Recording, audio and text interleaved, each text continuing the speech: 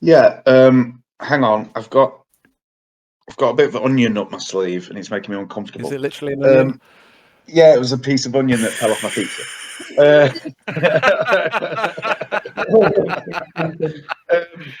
So I'm going to apologise in advance because I'm a little hoarse from singing all week, so I might not be able to do the Quintius voice very well tonight. So, in the spirit of being a little hoarse, previously on Dark Heresy,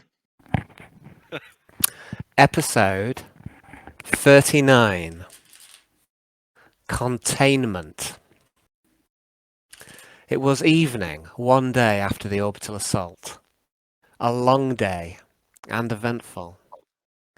The acolytes chatted in their cell, and they planned.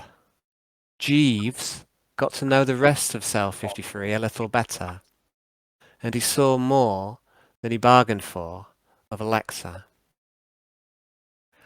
Arnold insisted on a trip to the Crow. Thanks, Arnold.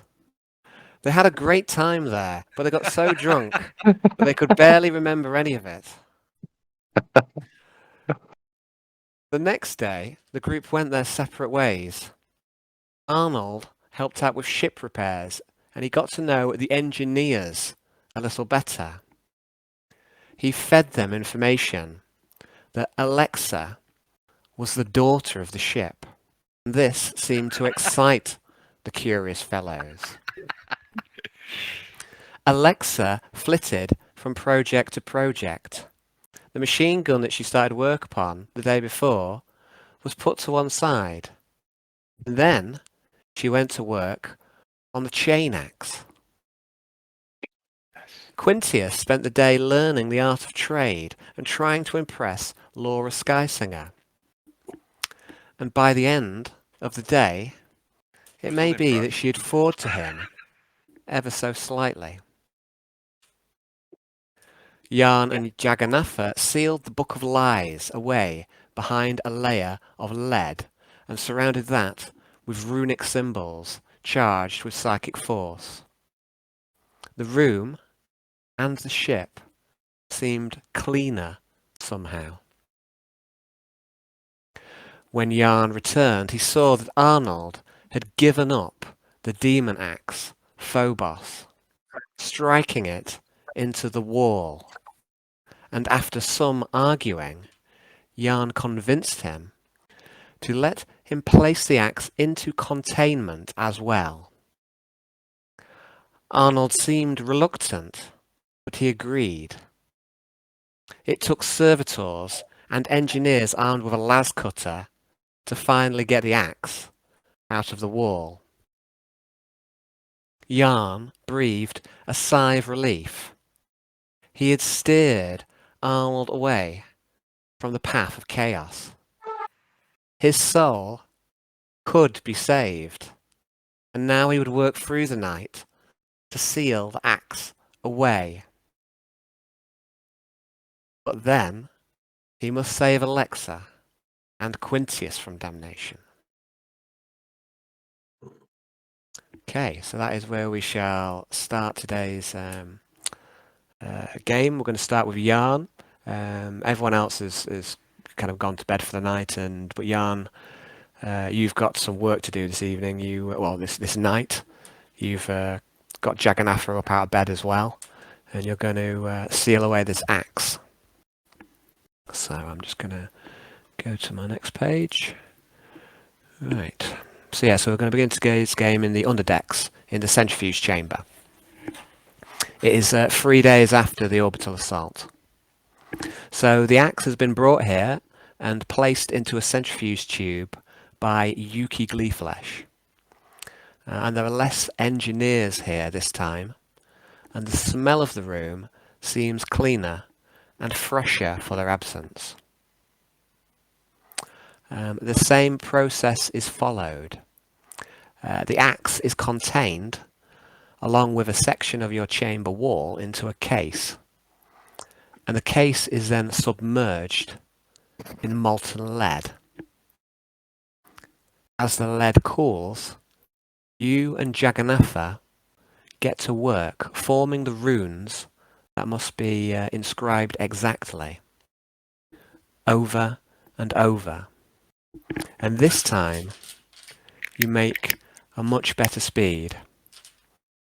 And as before, Jan, after setting the prescribed item in place, Yuki Gleeflesh takes his leave.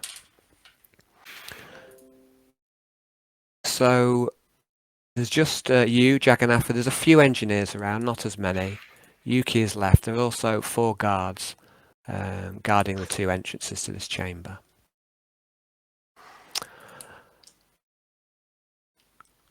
Jagannatha, you and you seem to have some disagreement at the end of your last discussion. You seem to be on different sides of an argument. And as you work together again, Jan, Jagannatha turns to you and he speaks. He says, Jan, I am glad we have chance to talk again. I have sent away most of the engineers. Yesterday, I could hardly get a word in edgeways. It was difficult to think, let alone talk of such important topics, while the engineers chitter and interject every few seconds. I am glad we can talk again. I felt our parting yesterday was awkward. I do not wish to be in conflict with you. Without you at our side, the campaign is doomed to failure. We need you. We need each of Cell 53 and Cell 54 to play their part. I retract my earlier statement. I do not think you should have joined Spinebreaker. That guy is a dick, anyway. And, Jan, I have considered what you've said about the ship. About the malevolence. You asked me if she is possessed by a demon. This is not the case. The ship is old. Very old. And yes, it has its quirks. And yes, the ship has killed. Usually it is just the engineers, but not always. Yeah. Is the ship sentient, Mark? And Jagannatha looks at you. I'd like you, please, to make a fellowship test, please, Jan.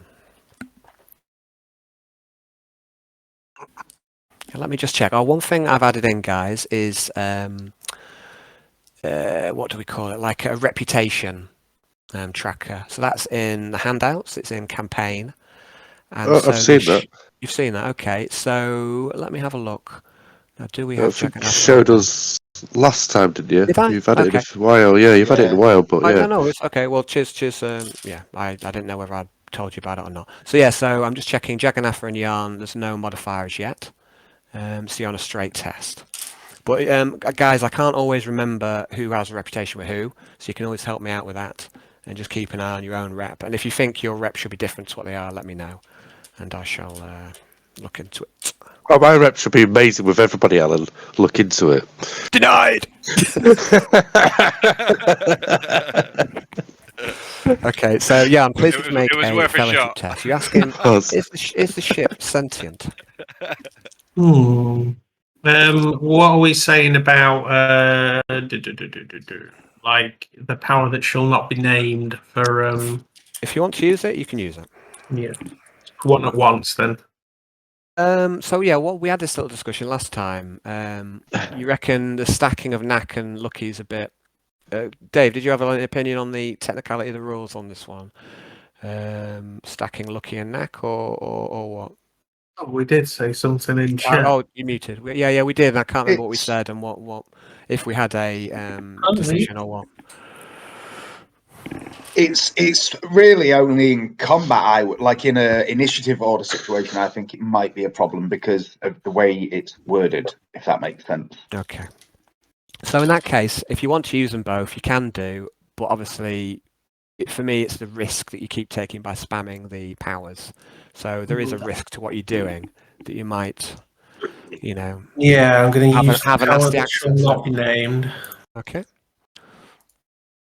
But yeah, this constant use of knack and lucky, it means that you've got a real good chance of passing nearly any test that you might make.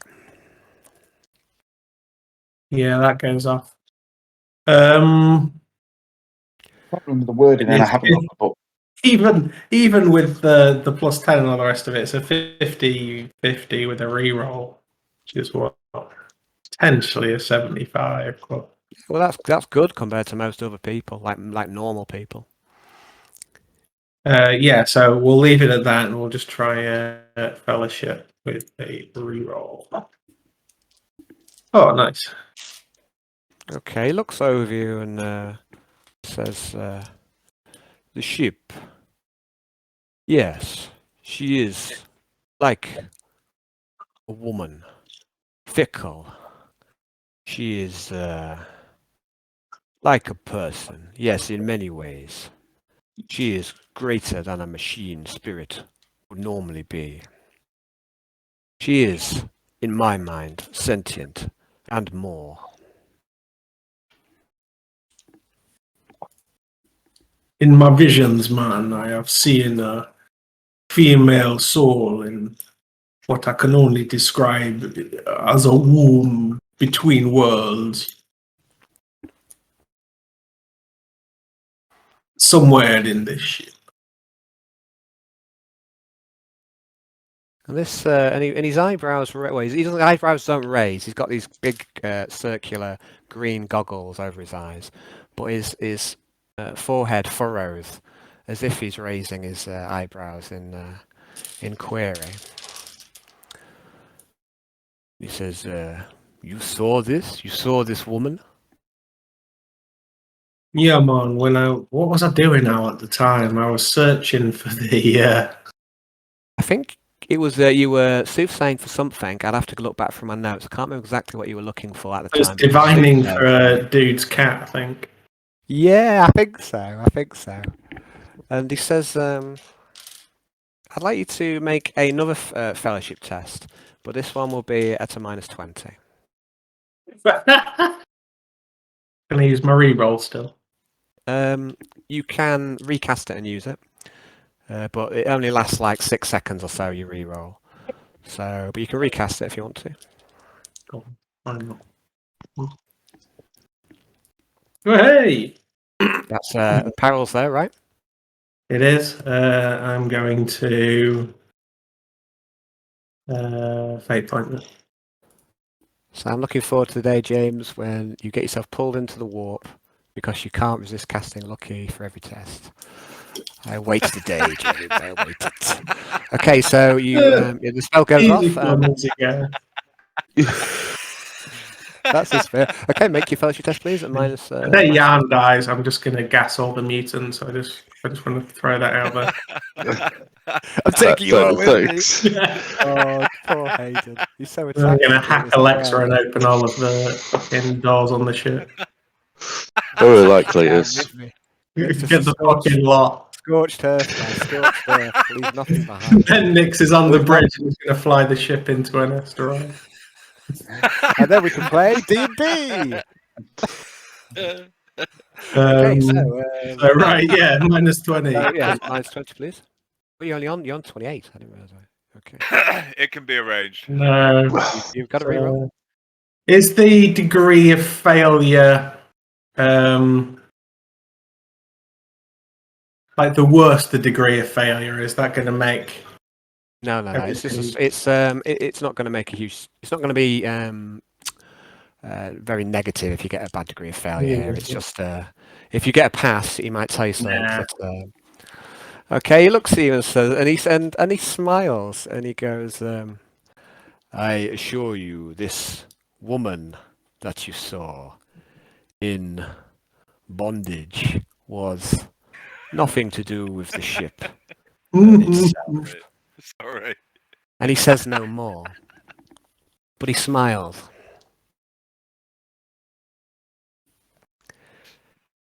And he says to you, Jan, he says, Jan, you see world in white and black, good and evil. But trust me, the real world is far more nuanced. There is evil in all good men, and good in all evil things. This is fundamental truth. Yes, the ship is not without flaw. But who is? What is? When you go to war, you need strength. You need men willing to do anything to ensure victory. But in peace, these men are not suited. The Malevolence is a fierce and deadly warship. And even with her primary weapons disabled, as they are now, she is still the match for any ship in the Butcher's fleet, save his flagship, the Carnivore. And I am sure that no other ship in the Imperium could have been used to venture out into the expanse so many times successfully. No other ship could have brought back all the paintings. We are so close to victory. We have tangible chance of success thanks to you and allies. Who are you, Jan, to take on the mantle of judge? Who are you to judge the ship? Yes, she is flawed. She has been called the mad ship before. Yes, she is a killer. But there are times when that is exactly what you need.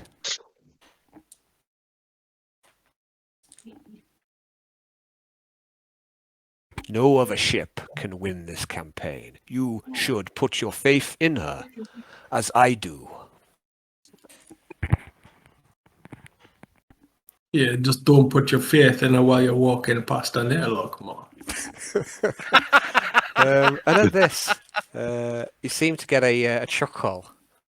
You get a chuckle out of Jagannatha. And perhaps he is warming to you slightly. And perhaps some of the harsh words that you said to each other last night are already fading. He seems quick to forgive. It's weakness. So I'm going to put +1. I'm going to use my newly remembered reputation. So you got now +1 with old Jagger for the time being. So I'll stick that on there. +1. You've also got Jan. Oh no, you've not got. You've got some positive reputation with Festus Bucket as well. Lucius and Aaron Mattis. So Jagannatha, he looks at you, Jan, and he says, you have seen so little of the universe, Jan.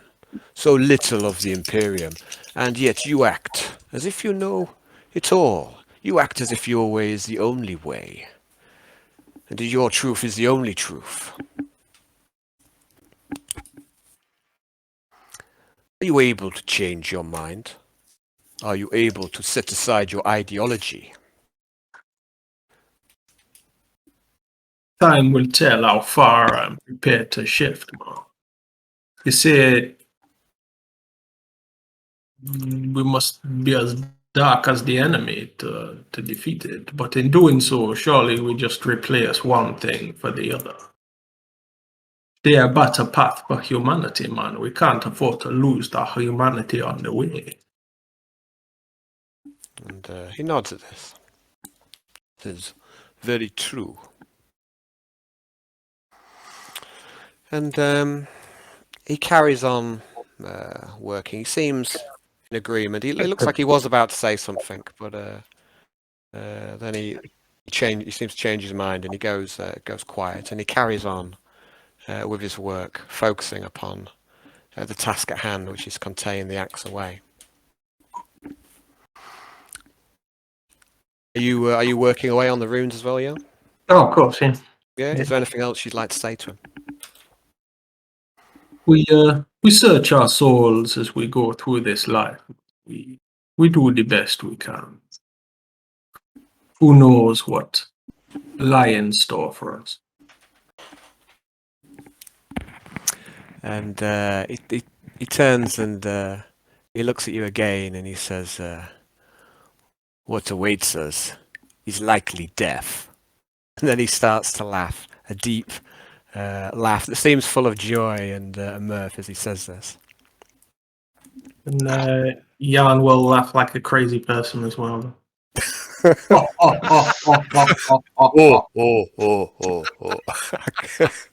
Okay, so some of the engineers look over from their work. They see the two psychics working on the runes, laughing at death. And I would like you, please, to make a couple of tests to see how effective your work is on the containment of the axe. The lead has cooled. I want you to make a literacy test, please. And this is for the actual writing of the runes. I do have literacy. Delightful. You do. They taught you to read and write on the black ships, no doubt. Well, it's up to you really. Whether it could have been you learnt it on Dusk, I don't know. But if you didn't, they would have taught you when you started training up in Imperium. Okay, so that's not great. Yeah. It's okay, so we've got fail on the runes. And Jagannath, he sees this, and he sees that he's not completely happy with your work, and he goes, "No, watch again. It must be exact, like this." And your work is delayed as he, scrubs aside some of the chalk and starts to go through the process again with you. I'd like you to make a willpower test. No, we did a willpower test, didn't we? So a willpower test.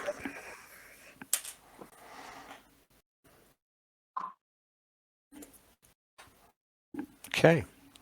So again, charge the runes, and you and Jagannath, between the two of you, you seal away the demon axe, and the room again, it seems, much cleaner. So the demon axe has been contained, and over back in cell 53's room, Arnold, you sleep. You sleep a little sounder tonight. So I wake up screaming. Or not? Okay, you wake up screaming. Okay, fair enough. And you wake up Quintius. I'm An alarm crying. sound. I've woken up and I'm crying, tears of sadness, and rolling over my bed and punching my pillow, trying to get myself back to sleep while crying. And that's how I sleep tonight. Waxy. Yeah, nobody knows, but I'm crying into my pillow tonight. Dear. Okay. You come. So Jan, so you'll finish your work like late at night in the morning, and you where are we? Just one sec. So you'll go back to your room, and I think by the time you arrive, Alexa will have already gone. And what you really need to do now is to kind of go to sleep. If you want to carry on, you'll start to gain fatigue. So it's up to you. You can carry on your next day of power play, or you can get some sleep and some shut eye. But you need sleep sooner or later. So you've worked away all the way through the night. You've done all of yesterday. So it's up to you. What's it to be, Jan? I'll go get some rest. Okay. Very, very wise. So just one thing I want to get straight with you guys before we continue is when we're in this kind of transitional phase of flying around on the ship and you just wandering around on the ship and what have you, I want to know how combat ready are you as a general rule? Like, are you wearing armor all the time? Say, for example, later on we're probably going to go to the Crow. You might go drinking, or you might go to the canteen, or you might just wander around seeing various people. Do you go I'm gonna in wear my full armor. You Yeah, go in full armor. You need to be battle ready, don't you? Yeah, that's fine. If that's what you want to do, that's fine. But I want to ensure that I know what you're all doing. So you're saying, Arnold, fully battle ready at all times. Is that the same for everyone? I mean, there's certainly a wisdom to that. Okay, I just want to make sure that we're all. So, say for example, you go to the pub. You're all going armored up. I'll just get. I won't take my flak vest actually from off to the pub. I'll just have my mesh coat. Okay. So you're not going to be wearing your full guardsman armor if you go to the pub, for example. If I'm off drinking, I'm not going to because it's casual, isn't it? Yeah, that's what I mean. I want to know what armor and weapons you wear when you're in casual mode. I will be wearing a mesh coat, armored legs and forearms, but mesh coat to make my body move a bit easier, and with no helmet. What about you, Jan? Your mesh is fairly easy to wear anyway. So that's what I was hoping. So I'm just gonna keep the mesh on because it's kind of like a lightweight. Yeah, super lightweight. It's more like say Arnold's one of the main ones because his armor's quite heavy. It's quite chunky. I mean, it's not. I don't know. It's not prompt for you to wear it. Yeah, exactly. You don't. So what about Alexa and Quintius? Just usually go with a side. Johnny, I can't hear you, mate. Or are you? Hold on a sec. Maybe I need to. I'm here. I can hear him. I can hear you, Johnny. Good. Yeah, Excellent. I can hear you fine. Yeah, I can hear you fine now. It's just I needed to rejoin the call.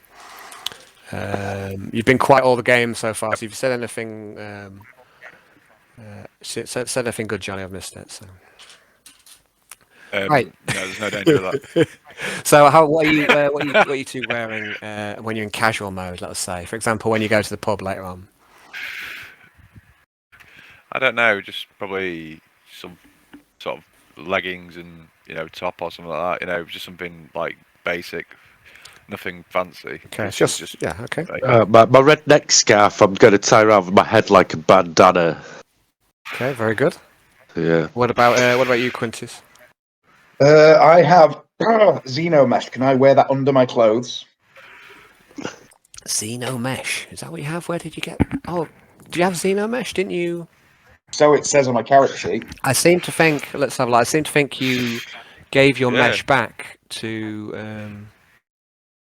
Let's have a look at you. I seem to think you gave the mesh back to a yarn, didn't you? Yeah. I'll have to have a look. And Quintius was walking around in the skull armor. Oh yeah, I've got that. I've still got the Xeno mesh as well for some reason. Yeah, I think that maybe should have just been taken off. It's been stuck on your character sheet. Okay. Let's have a look. What do we got then? So it says here flak. Oh no, it does say you've got mesh. So maybe you did pick some up. I don't know where you got it from, but there's your character sheet here. We've got mesh, and flak. So yeah, I mean, they must have picked up another suit from somewhere. Because I think both of you got mesh on. Let's have a look at yarn. I'm not sure if we didn't get Quintius mesh before we went down to. I got it for the drop mission, didn't I? I got it. I think so. We pulled out our coin, didn't we? And we managed to get him. Yeah. I think that's what happened. So I think you've got an extra set of mesh. So you my can wear question that. Is, can I wear it, all of it, under my suit? Yeah, you can do. It's not. Yeah. It's not as comfortable as not wearing it, but you're certainly a hell of a lot safer, and it's not that heavy. It's quite. It's quite light, so you can definitely do that. Yeah. No flak helm though. I'll have my my bowler hat. Okay, very good. Right, so I'm just going to go for a slash, and then we'll carry on with Alexa. I was quite disappointed when Alan said I could wear my mesh under my clothes. Then I was hoping he would say no.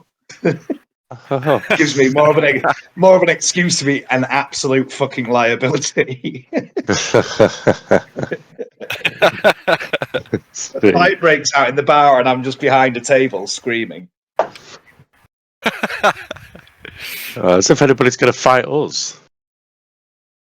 Well, I've already started one fucking bar brawl in the Crow, haven't I? Is that the one I finished? I think I finished that before you, didn't I? I scared the guy off. I tried to nick that guy's fucking... Was it an ashtray or something that he was drinking out of? And I tried to nick it. It wasn't his ashtray. It was he wanted his tankard. Oh, yeah, the tankard. Yeah. Yeah. Because he's gutted that he didn't have anything to drink out of. Like, who used the helmet? Was it Alexa who used the helmet? I don't know. I ended up using a fucking tin. A fucking tuna tin or something, didn't I? I had to make a dexterity agility test every time I used it to avoid cutting my lips open. I was the only one with a proper drinking vessel, wasn't I? Yeah. Perils of drinking. Yeah. I've got a hip flask now, so I'm happy. All this tech and the can't afford cups, it's unreal. I've got 75. I've got 75 black market credit. I feel like I need to spend a cup. I don't need one now. I've got a hip flask. Ah, very good, very good.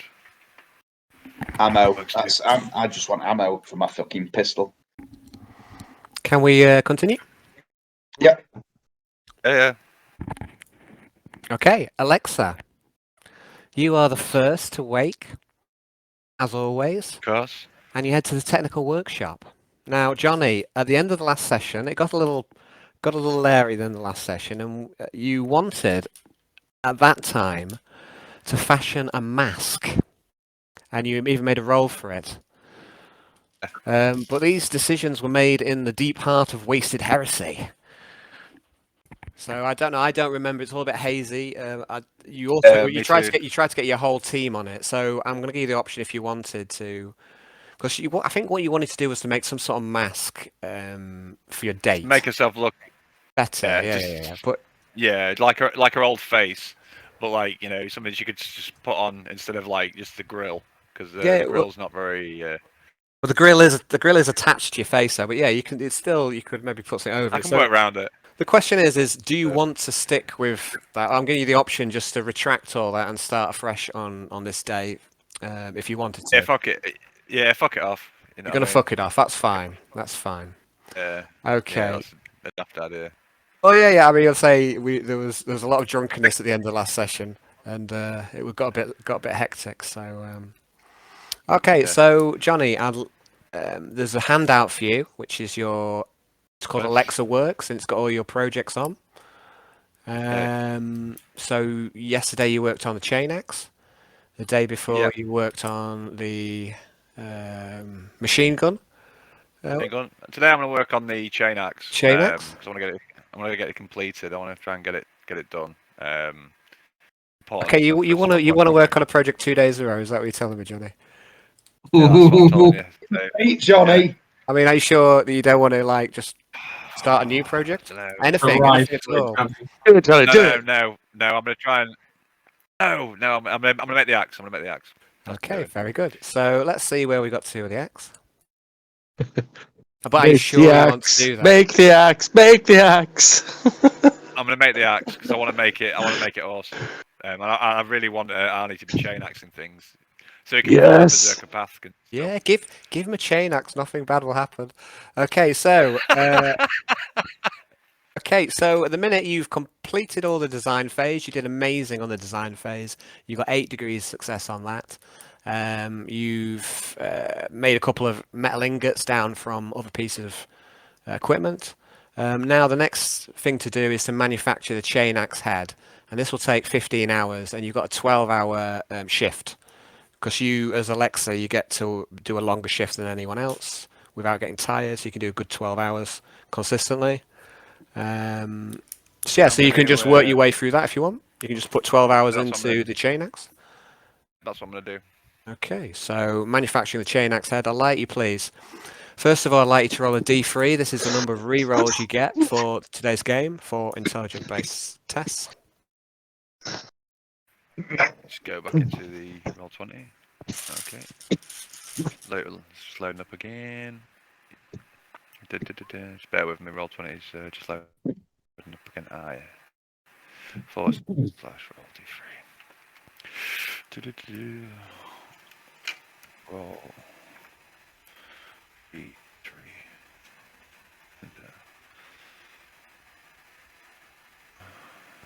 3. That's good. Okay, so you get 3 intelligence-based rerolls for this game, Johnny, for this session.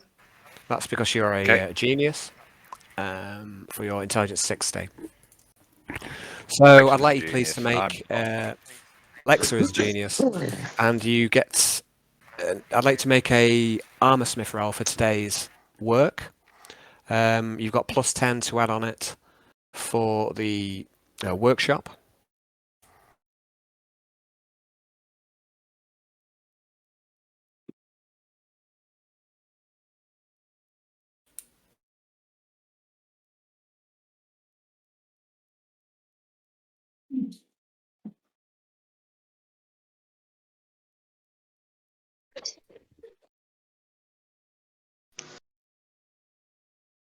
Alan, Hello, sir. you know, while we're playing with Alexa, would you be able to put that picture like Quintius but Alexa on? Just so we can look at Alexa. Of course we can. It's just because it's Some of these might be a little bit isn't it? out of date. I've not been super good. I've just already been informed. I've made it, not updated them all not as well as I should. But if you see anything amiss with them, do let me know. But this is Alexa. Alexa. Okay, I'm going to take your first roll, Johnny, which is 73. Unless you wanted to re-roll that, or did you want to re-roll it? Did you? Or did you roll accidentally twice? Be honest. I can't hear you now. Is it? Can everyone else hear him? Okay, Johnny. Second. Oh, I can hear you then. Oh, yeah, then. Yeah. I could hear you then. Yes. Yeah. So I re-rolled it with one of my re-rolls because it was only 1 point something degrees of success, and I can do better than that. So it's now 5.7. Okay, so 5 degrees. Success. You also have the rest of your team. Well, not quite. Bodo. And where are we? Let's have a look. Bodo and Niall, you've basically set them on a project, and the project is to construct servitors, or that's what you want to do? You want to construct, I believe, servitors on board the ship. So that's Bodo. You've basically given him a project, and he's on that, and he's going to be on that non-stop. Really, it's a big project. So those 2 guys have been taken out of the equation for the time being. But Bodo, he'll give you an update. You have a chance to have an update on it later when you're at the Crow. So let's see what else we got. So that's why we're going to. That's the whole. That's the whole purpose of the Crow liaison, isn't it? So. Well, it's why not? Yeah, I mean, you could. Yeah, it's as good as time as any. A bit of flirting, a bit of talking about technical specifications. It'll be ideal. So, can I manufacture? Do I get a chance to manufacture 2 rudimentary cups during this time? Because Alexa remembers that there are no cups in this bar. Oh, well remembered, Johnny. Sometimes, sometimes. But there's no. There's no cups. Oh, right, yeah, cool. So, there are no. It's kind of bring your own cup in the Crow. So you want to, it maybe take you around, I don't know, maybe an hour or so. Do you want to take an hour off of your chain axe work and put it onto the cups? Yeah, that's it, yeah. Yeah? Okay, so we'll say 11 hours on the chain axe and 1 hour on the cups. Cups are important. Can I have a separate roll for the cups, please, Armor Smith? Right.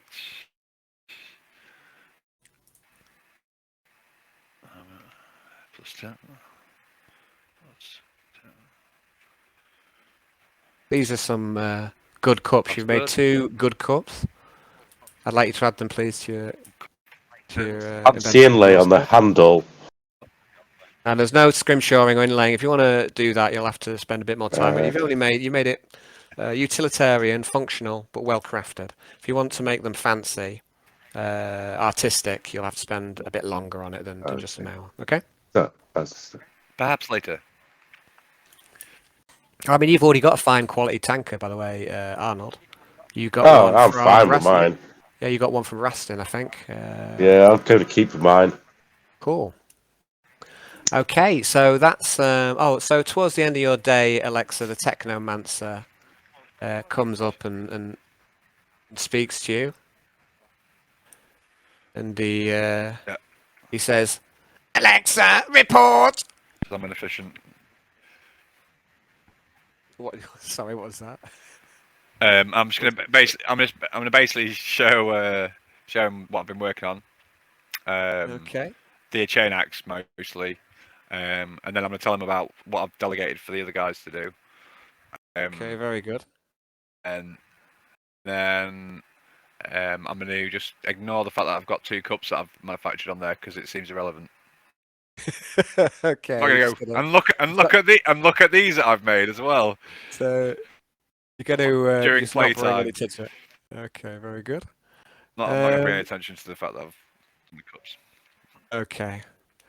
And he's the Technomancer says to you, "I will be assigning a new tech adept to your team to replace the missing ungrout clover. His name is..." Absence has Oh, been sorry? duly noted. And the Technomancer, he says, "Try not to lose this one.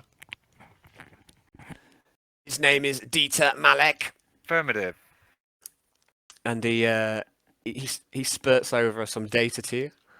And you get a little readout onto Dieter Malek. He's quite a young, quiet and withdrawn tech adept, and he rarely speaks in anything other than binary cant. And Dieter is most comfortable when jacked into the cogitators via his electrograft. Okay. So he's competent. He's competent in a number of areas, and he's best suited to work in the data sphere.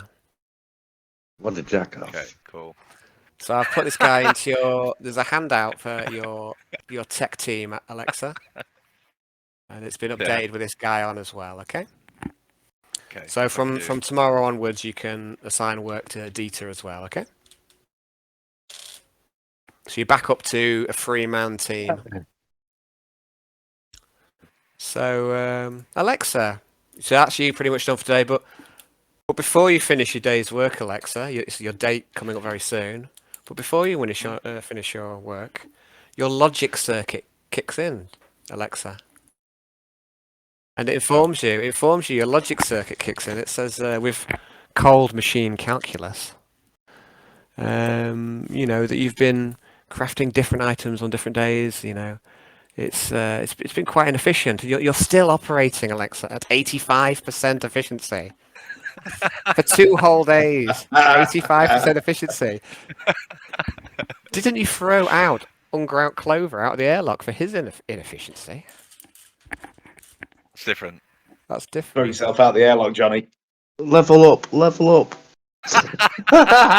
gonna level up. You're gonna level up. I'll You level up, Johnny. You level up at your leisure. There's no rush. You don't let anyone pressure you into doing it. Excellent. So, Okay, cool. That's your go. Unless is there anything else you wanted to do while you're here, Johnny? Level up? No, I'll do that later. Feel free, crack on. I can send you all the books in an email or something if you want. I can send you some summaries or some little notes. I'm sure the other guys will help you out as well if you want like some kind of support in how you level your character up. There's a few ways. There's a few ways you can do tech priest. There's a few different ways you can go tech priest. You can go some very different styles. I think. Well, Johnny, one of the most customizable characters. I think. Yeah. I really like tech priest. If you want, Johnny, I can print you out the tech priest thing, so you can really tick it off as you're leveling up, so you know what you've got. Because then you can relate to your character sheet on your board. Really That's how I do mine. It's really easy that way. Yeah. No, that makes sense. That makes a lot of sense. I'll print you one off this week. Cool. But I sent you. Oh, nice one. Cheers. I'd sent you an email. I think the last time. Got it. I have got some stuff on. It's got some stuff on. I've got stuff. Yeah. Well, cool. Right. Anyway, I've got it on my. Johnny, there's no rush. You don't have to level up at all. You can just stay. Al, basically, You can just stay put as many points as I can. Al, I want to put as many points as I can into security. Okay. So, to security-based skills because I want to have complete control over this ship. I want to make sure that I've top of it with all the security systems. You've got to call yourself Hacker Man. Hey, Hacker Man. That's definitely one way you can go with a tech race. Is Hacker Woe Man. Kind of cryptology, numerology, security. And that's a bit like what DT, your new colleague, he's kind of a bit talented in that sort of area as well. So he's in that kind of ballpark. Cool. We can work together on that. That's good. Cool. So that's cool. Okay, so can I leave you there, and Johnny, and go on to the next two, or we'll something else? Would you going to say something, buddy? Or... No. I'm right. Like you proceed onwards. No, I'm just trying to speed it through a little bit, just because. No problem. Cool. So next up, I think would be Yarn and not Yarn, Arnold and Quintius. I think you said you were going to do a bit of training today. Is that right? Yeah, I think I'd invited Arnie, hadn't I, to spar with me in the fucking gym or something. That's right. So but Arnold has plans. Arnold has plans. Good. So does Quintius. Okay, so you two guys, you have breakfast, just the two of you. Morning. And there's no sign of Yarn, Alexa, or Cara when you wake, and Jeeves serves you your breakfast and helps the two of you prepare for battle. Okay. So we're going to go to the training arena. Good morning, Quintius. Morning, Quintius. Oh, this breakfast Arnold. Looks delicious. It's quite possibly some of the worst food I've ever eaten, but I'm glad to be alive and eating it. Well, get it down here, because we've got a full day of training. Scuff it down and then we'll head off, eh? I hope you've got your fancy feet on today, your fancy shoes rather, because you're going to have to be light on your feet. Ha ha! Just my boots.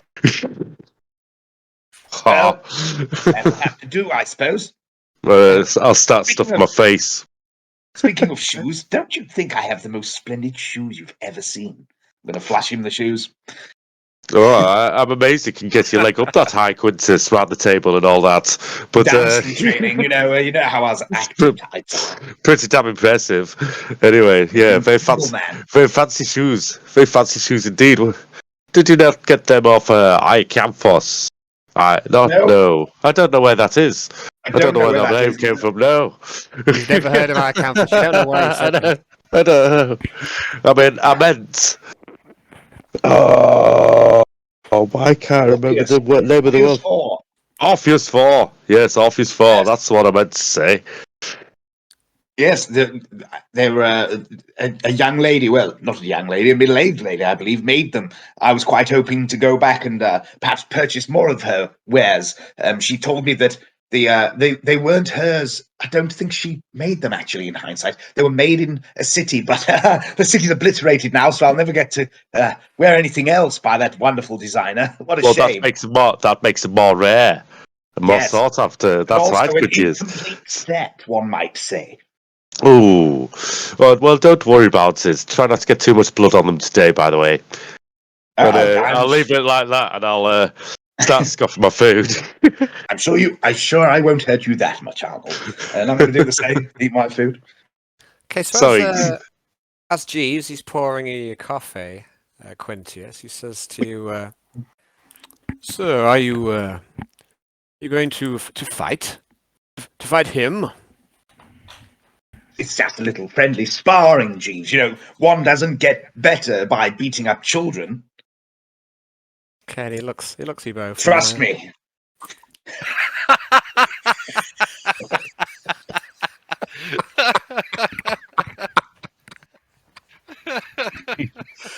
And he looks at you and he goes, he looks like he might be about to say so, and then he says, "Very good, sir."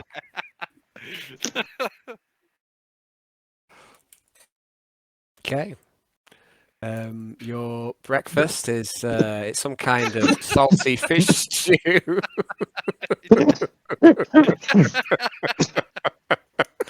Oh dear. Very good. A salty fish. you for breakfast. Yeah. Okay. Oh, we're in space.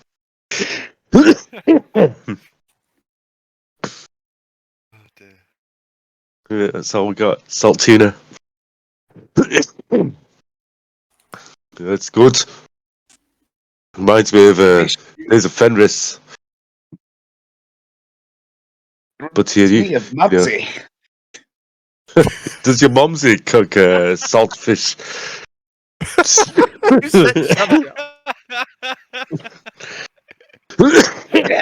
Yes, she was. She wasn't much of a cook. Obviously, we had people to do that for us. But once a year, on St. Drusus' day, she would always make a fish-based supper. You see, imported fish, from one of the nearby moons. Fish supper, moonfish supper. Oh, it sounds amazing. Deep fried. Deep fried moonfish. What is deep fried? Oh, you get some incredibly hot oil and you throw things in them. It's nothing to do with children, though. Oh, okay. So, do you eat deep fried children, Quintius?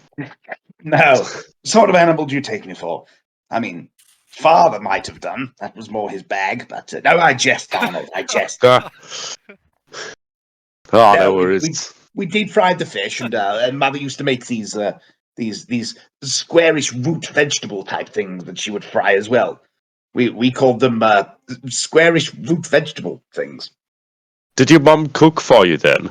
Yes, it was one day a year she would cook. Yes. When I was young, half of the tribe would cook.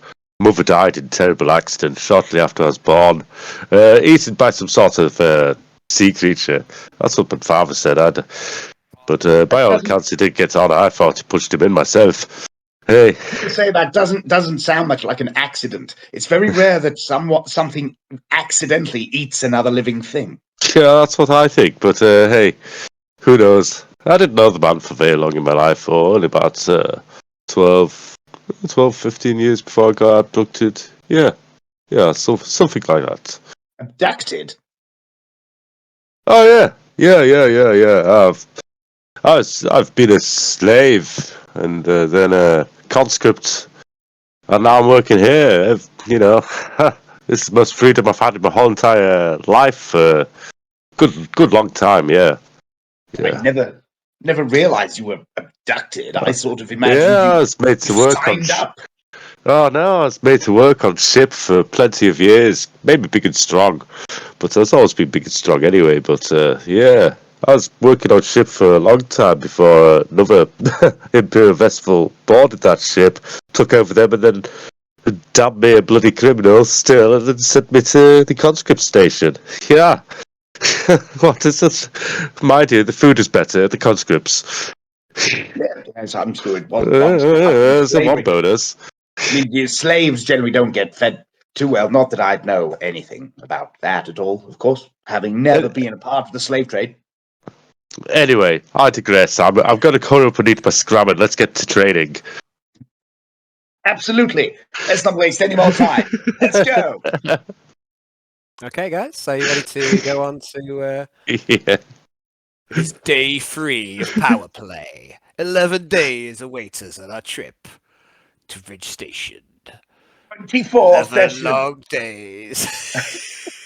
I just had to get some role playing in. I couldn't help myself. No, that's absolutely fine. I know how it is, buddy. I'm not even upset in any way. I know that, like, because I've been on the other side as well. I know, because when we were playing in Dave's version of Dave's power play, we couldn't help ourselves. We kept like trying to derail it and do a bit of role play. So I know that everyone wants to, and that's why we're here. So.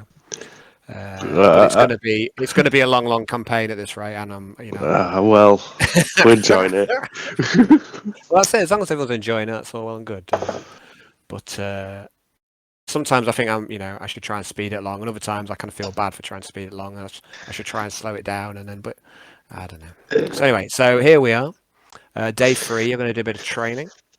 So what I want to know, guys, is. You've got the training arena pretty much to yourselves. There is a surf over there. Quintius, you notice that the training arena. It looks like it's been attacked by some kind of wild beast. It looks like it's been wrecked. Some wild beast has just ravaged this place. You see evidence of damage everywhere, and it's mostly deserted. So the training area, you don't see any combat servitors at all. So my question is what are the kind of rules of engagement? You're going to do a bit of sparring. So what are you going to spar with? You're going to get some. First off, I'm going to go. Quintius, what do you feel comfortable sparring with? Well, first of all, are there any training weapons here? Yes, there are. I mean, so you've got like blunted weapons, so you don't have to use your actual weapons. You have blunted weapons, so you're not really, they'll still hurt if you get hit properly with them, but it won't do lethal damage. It'll do kind of let's say temporary damage. You're not going to lose any wounds unless it's maybe like a critical strike or something. Okay, so what I'm going to suggest is, so as you may have noticed, I tend to fight with a sword. I would like to use one of these training swords. However, and I'm going to draw my pistol, pop the clip out of it, show Arnold it's not loaded, and go, I will have this in the other hand, and you may occasionally hear me yell, bang. Don't worry about it. Oh, okay, I understand. Okay, so training sword of Quintius, and what about Arnold? Arnold's going to go for a training dagger and his hand. Okay, training dagger in its hand. Okay, so are you two ready to do some battle? Yeah. How far apart are you going to start your engagement?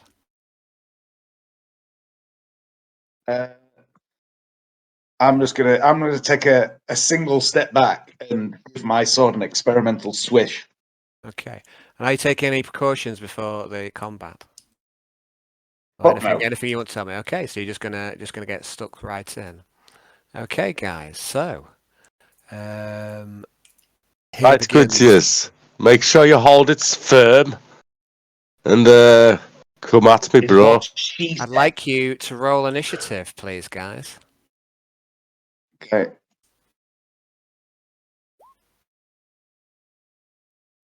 So what we got there? We've got a 11 and an 8. So, a turn. Why did that not work? There we go. Let me clear all these. Move all turns. Clear.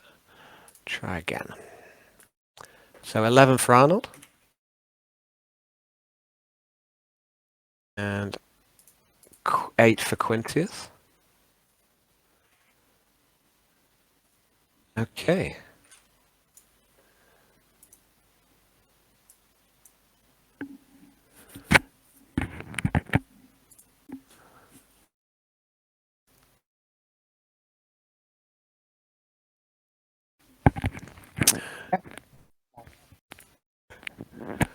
Now introducing, fighting in the red corner, hailing from Hive Tarsus, weighing in at 133 pounds with very small hands.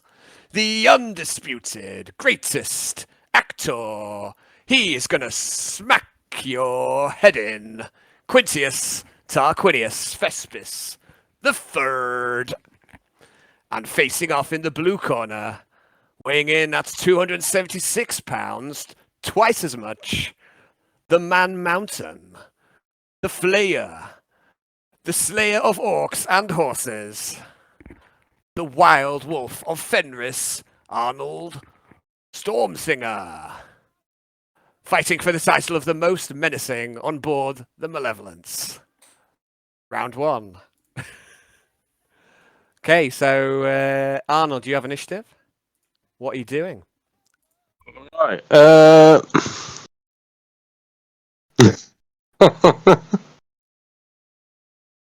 I'm gonna throw my knife at Quintius.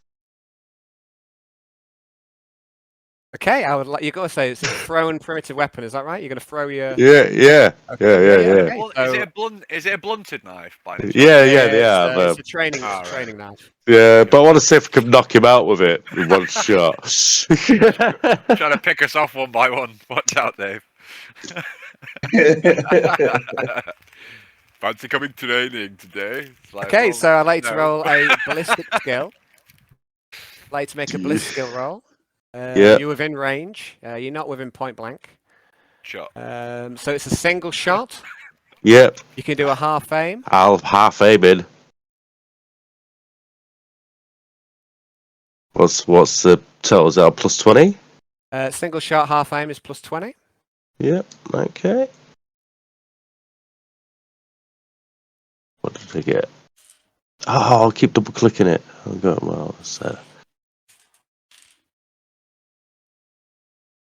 okay.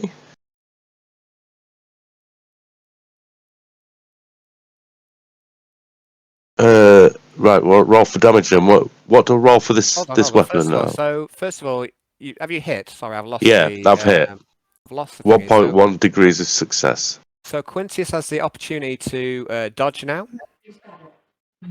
Now I've lost my. I've lost it.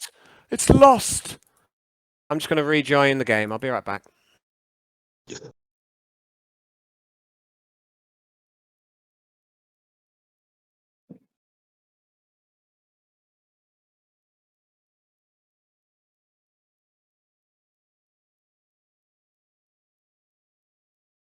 Oh, fuck you and your fucking country music. Rerolled my failed dodge and passed. Okay, so the dagger goes flying past Quintius as he looks to the side. It misses him by millimeters, and Arnold, you can't help but be a little bit impressed. Are you just with your fists now? Are you? Yeah. I'm giving the guy a fighting chance. Quintius, what are you doing? It's your initiative. Well, for a start, I'm going to go as I dodge the dagger, and then I'm going to. I'll send you some. You're going to watch the dagger. Sorry, say again. I'm going to go aha as I dodge the dagger. Okay, very good. And then I'm going to wait a minute. What is it?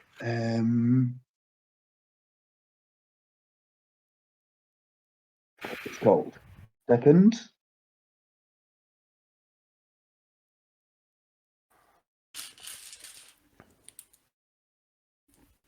Yes. I'm going to. No, I'm not. I'm going to charge. 1, 2. Fuck off. 1, 2, 3, 4. And thrust with my training blade. Okay, so is it a plus 20 then for charge? Yep. Okay. Good. Miss. Whew.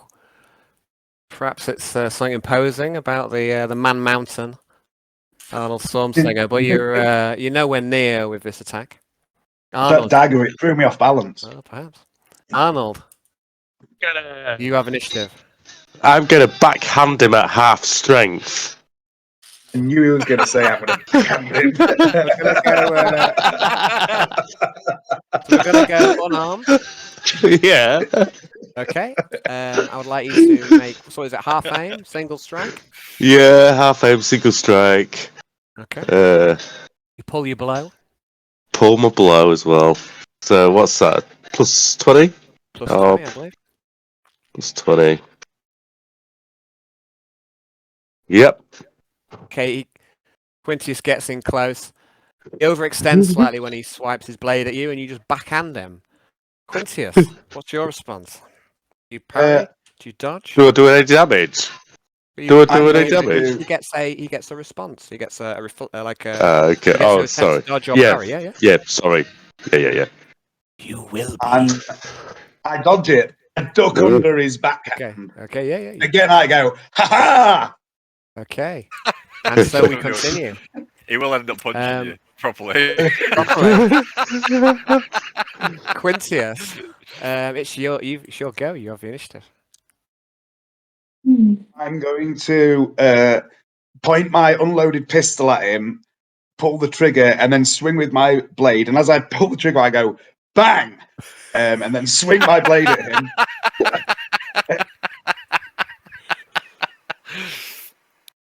I'm going to make an attack with both weapons, but since I'm not remotely skilled in doing this, I've already calculated what the negatives will be.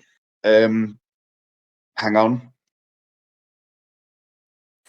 So it's 20.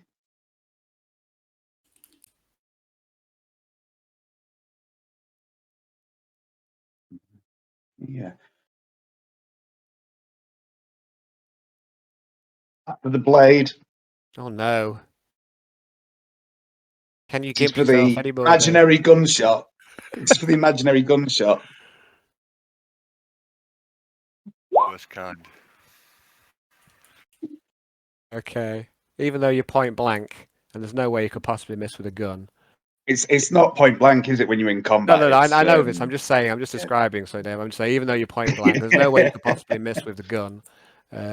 If it had a bullet in it, you would have missed. At this point, Arnold realizes I've yelled bang and I'm holding the pistol the wrong way round and it's facing me. Arnold, you have initiative. Arnold is going to see if he can swipe the gun out of Quintius's hand to throw it away, like in one fluid motion, try to grab it, yank it out, and then chuck it behind me, like a kung fu. Oh, you're going to try a disarm? A disarm, basically. Yeah. Is that a skill that you have, or is it a... No, it is not. I'm going to improvise it. Let's see how it would work normally, and then we'll just do a bit of fluff. But it won't, obviously... this is an actual skill. It's a real skill or a talent, rather. Let's have a look how it would normally work. Disarm. Agility 30. Okay, so how would this normally work? Okay, so you're maybe doing a bit of training towards disarm, I guess. Disarm.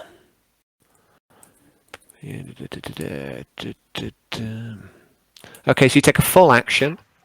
I'd like you to make an opposed weapon skill test, but because you don't have the skill, you're going to be at minus 30. Quintius, it's an opposed test, so... 2 degrees of success from me. He's too nimble. He's too nimble, Arnold. I miss. All right. He's surprising you a little bit as the greatest actor. Arnold accidentally turns the pistol round in my hand so it's facing him. It's time for Quintius to take his go. I'm going to look a little alarmed at the fact that he tried to take my pistol. Go, hands off, Mamsie! And then I'm just going to make a standard attack. A bit of a ham-fisted standard attack without aiming or anything. Okay. It's just a +10. It's good. It's good. The training sword. Okay. I will dodge. Yeah.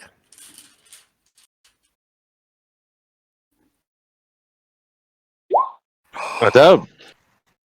Okay, so damage is D10. Your strength is 2. Is that right? I believe so, yeah. And Arnold, your toughness is 5. Is it right? 5, yeah. So can we have a D10 minus 3, please?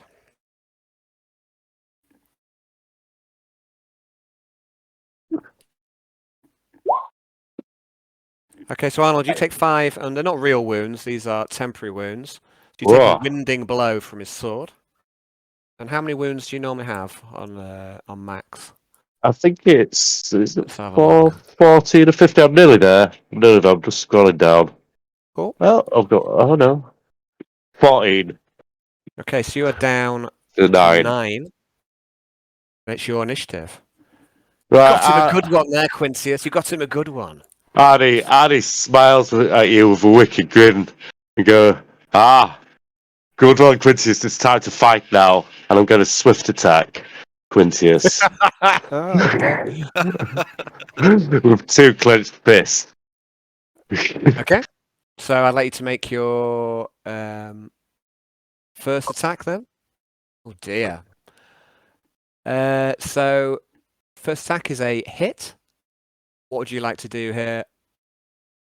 Quintius? Absolutely try and dodge this. Just a second.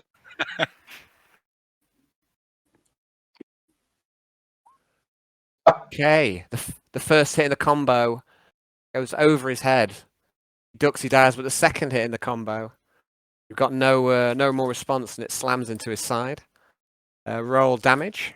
So your damage is it's normally would be D5 minus 2 for a melee attack. Your strength bonus. What are we up to? 6. My strength bonus. 6, and then it's minus your toughness, Quintius, which is 3 or 2. 2. So it's D5 plus 2 for you, Arnold. Okay. D5 plus 2. Mm-hmm. We're strangely evenly matched here. Slash.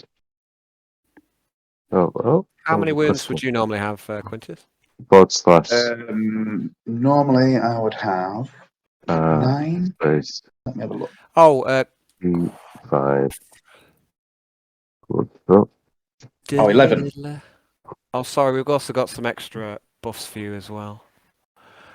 Okay, I'm also going to add here, you've also got Crushing Blow, haven't you, Hayden? Yes, I do. That's plus 2. And I think you've also got some sort of strength-related plus 1 as well. I do, which gives a strength-related plus 1. Okay, so it's plus 3. So you're actually on D5 plus 5. So it's a bit less evenly matched now. So that would actually be a total of 8, right? Yeah. So you do 8 temporary wounds to Quintius. What did you say you had, Quint? 11. 11. So that puts you down to 3.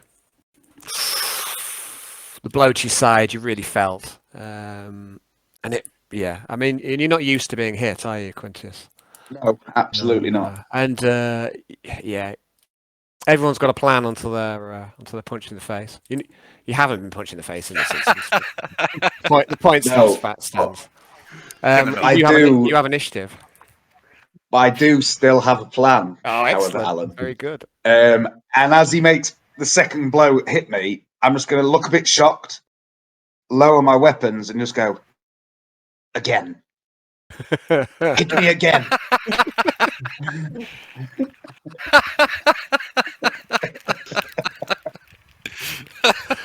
Oh dear. Okay, so you're basically passing your turn, is that right? Yeah. Okay, Arnold, it's your go. I'm going to grapple him. Okay, I'd like you to make an opposed strength test.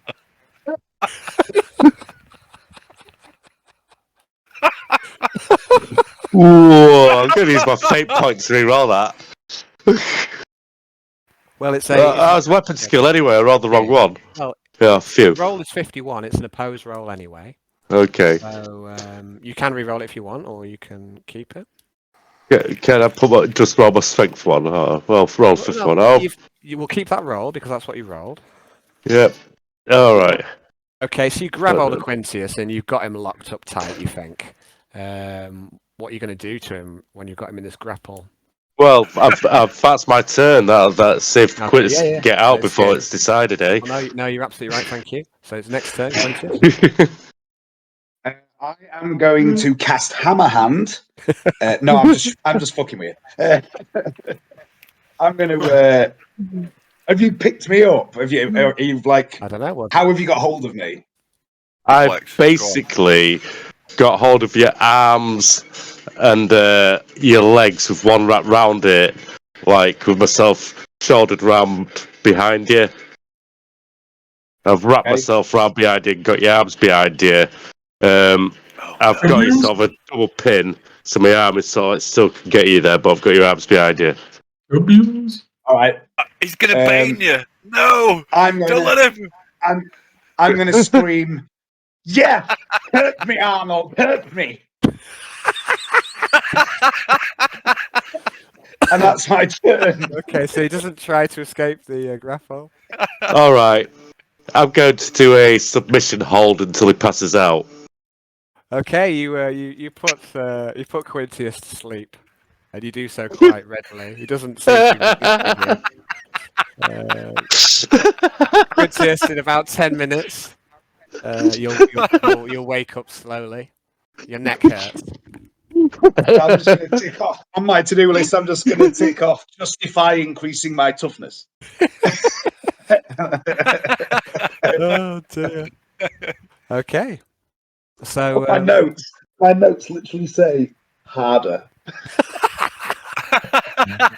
Harder, fitter, faster, stronger. Well, I didn't want to like proper like cane you out. That's why I took my knife at you. I chose a knife, chucked it at you, and then thought, well, I'm going to take you on my fists because it's ridiculously strong. My plan was to like dodge you as long as I could and become increasingly annoying until you made contact, and then I was just going to stand there and let you hit me. Okay, guys. So, have you anything you want to carry on? If you want to carry on role playing, you can. But what we're going to do after that is to kind of speed on the day's training and move on. To bring you kind of up to date with the rest of the other guys. Can I have just a minute with Quintius? Yeah, of course you can. Quintius, your style and evasion was absolutely amazing. Are you with us now? Are you with us? I'll start slapping you, bring you around. I mean, Quintius. Tuesday, I'm still wet. What? Yeah, no, I'll be just so I don't knock you out again. But be like, Quintius. There's a few areas of improvement which you need to address. Yes, one, your evasion is amazing, but maybe stand off a bit and use that mumsy gun a bit first. But well, yeah. The thing is, Arnold, I keep finding myself in the thick of it, so I thought I'd best get better at being in the thick of it. And Mumsy works just as well up close as she does at a distance, almost. I thought it'd be unfair to use a weapon. It's You're absolutely right. Next round, fisticuffs. Come on. Are you sure? Absolutely. And this is how the day's going on. I'm going to go right. More and more ridiculous. All right, Quintius. Now hit me with everything you've got in my jaw. I'm going to stand still and let's see what you've got. Roll for it. Right. I don't want to play out this whole fight. I am going to have to do this all-out attack. Yeah, exactly. Do it. Just get Arnie. You get, you can get plus. Hold on. So if you get, hold on. You can do a full aim because you can power up. It's a cold shot though to the chin. All-out attack. So I miss. So it's all-out attack is plus 30. Yeah, so it's 20 plus 20 minus 20. Single strike is plus 10. And that's a hit plus 10, right? So it'd be. Oh yeah. You get just no, you don't. You don't get plus. Oh, you don't. No, you don't get the plus 10 for the single shot. Do you? So he strikes for all his might, and you do actually hit him, but it's just like you don't get any connection. Or it's like a real glancing blow, and it's as if you haven't hit him. Arnold, I mean that was pathetic. And Arnie shakes his head a bit and go, "We will have to train more, but first we need to get the ship going." If you need me again, maybe have a spar in the room at nights if you want. There's a fight before bed after drinking. That'd be nice. That was like a fucking brilliant idea, Arnold. I can't. There's a serf who's been in this room this whole time, and he walks up to you as you suggest having a fight late at night, and he says, "Excuse me, guys. I couldn't help but watch your impressive display of combat athleticism. Now, I mean, I'm assuming he's talking to me. You're the only guys in here. There's just the three of you, so he's looking at both of you. I'm gonna fix him straight in the eye with my look. Okay, he holds your gaze. Oh, good. He says, if you unlocked arena mode. there's a little gathering that happens aboard the ship. The thing is, the first rule, I'm not supposed to talk about it, mind, but I have to make an exception in this case. It's called Bath Club. Wait. I've heard of these places. My father was a member of one of these places. Yeah. No, see, rumor has it the Bath Club started in this forsaken prison at the back ends of the galaxy, but it grew and expanded, and now it's all over the known universe. It's a gathering of people who like to fight. There's a few of us on board the ship. If you want to maybe have a little bit of combat. Actually, in hindsight, I don't think that was the sort of Bath Club father was a member of, but it sounds wonderful. Sign me up. Jolly good. Yeah, me too.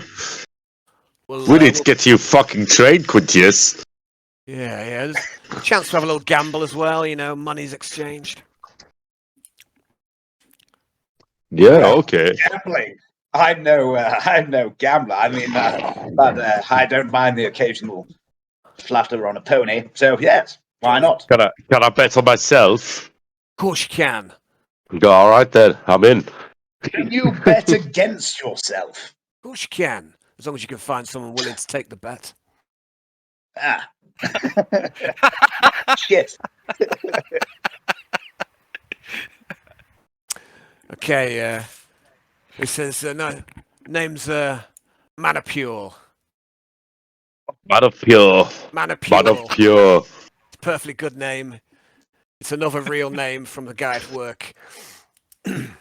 Okay, so the serf takes his leave, and you've opened up the, as James says, arena mode on board the ship. Where do we go for arena mode? He'll be in touch. Manipule will be in touch. Don't call me, I'll call you. Right. Okay, guys. So that's your power play day. So I want to know exactly what you're wanting to train up, or what benefit you wanted to get from your power play today. So you can put it towards more than one thing. I'm trying to sort of like for 8 hours. Was grappling or evasion. Because I'm trying to toy with Quintius without going all out with him, I'm going to have a skill.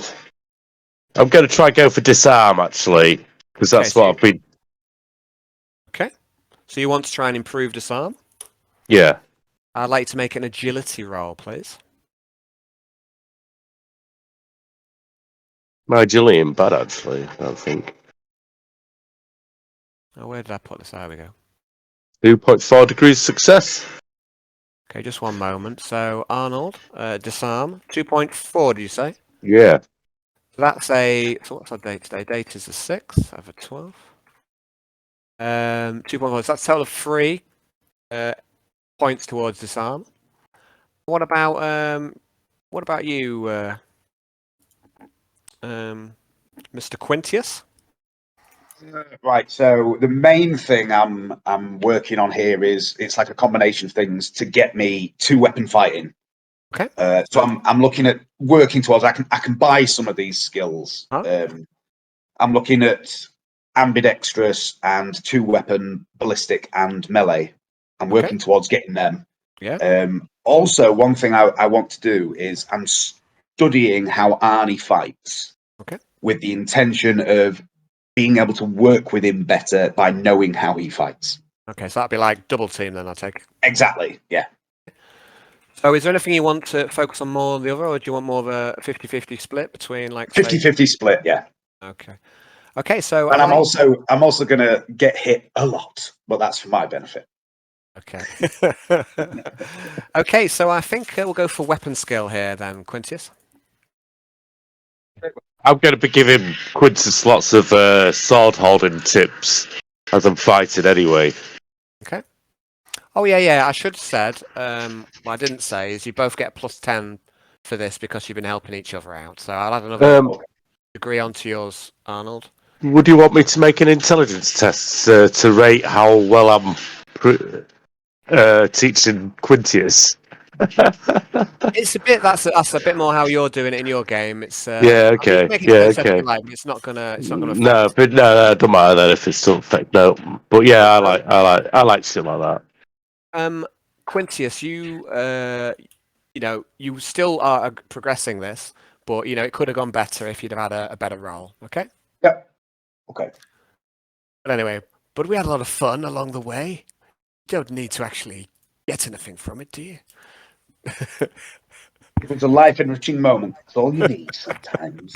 Okay, I'm going to get a drink and then we'll all meet up back up at your room. You've all had your day free of power play. I'm going to go for a I'm going to go for a wait. Okay. I might even get a bit of cake. Ooh, cake.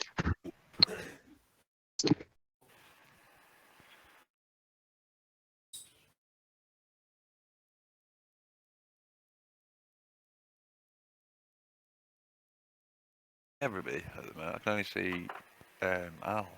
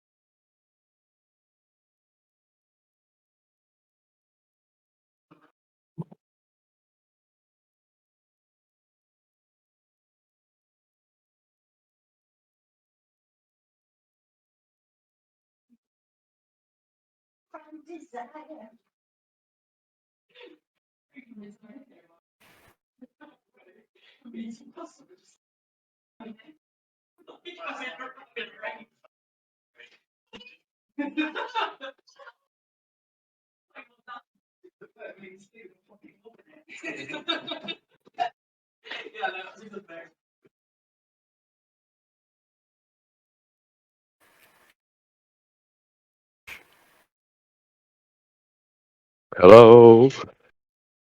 Hey, Johnny. Hello. Going. Not bad. My Discord screen. So. Oh, we'll have to get together and do something for kids near Christmas. Yes, we will. Yeah, I've got Grace from Boxing Day onwards for about a week, so. Have you? Oh. Yeah. So, which is good. So, I'm off to my mum's on Boxing Day though. Obviously, when you'll be that busy. We'll definitely have to get together and do something, man. Yeah. Yeah, there's a bit of festivity with the kids. In fact, like, Grace loves being with my kids, and my kids like being with Grace. Exactly. So it helps. Makes me laugh because, like, when you're like, "Go, Grace, do this," at my house, she's like, just to do it. If I tell her, she's like, I've always been strict. Away, yeah. Well, it's because I've always been strict with all the kids. They all know, like, if they don't do it, I will be on them until they do it. I'm like, come on. I just berate them. I get on myself. I must seem like an overlord sometimes, but it works. Sometimes you need to be like that. Yeah. But the thing is, because I'm a bit like that, when the kids think they're getting into your good books, they're all like, "Oh, even better with you." I'm trying to please you. Yeah. Get me some wood, children. Yeah. Okay, father.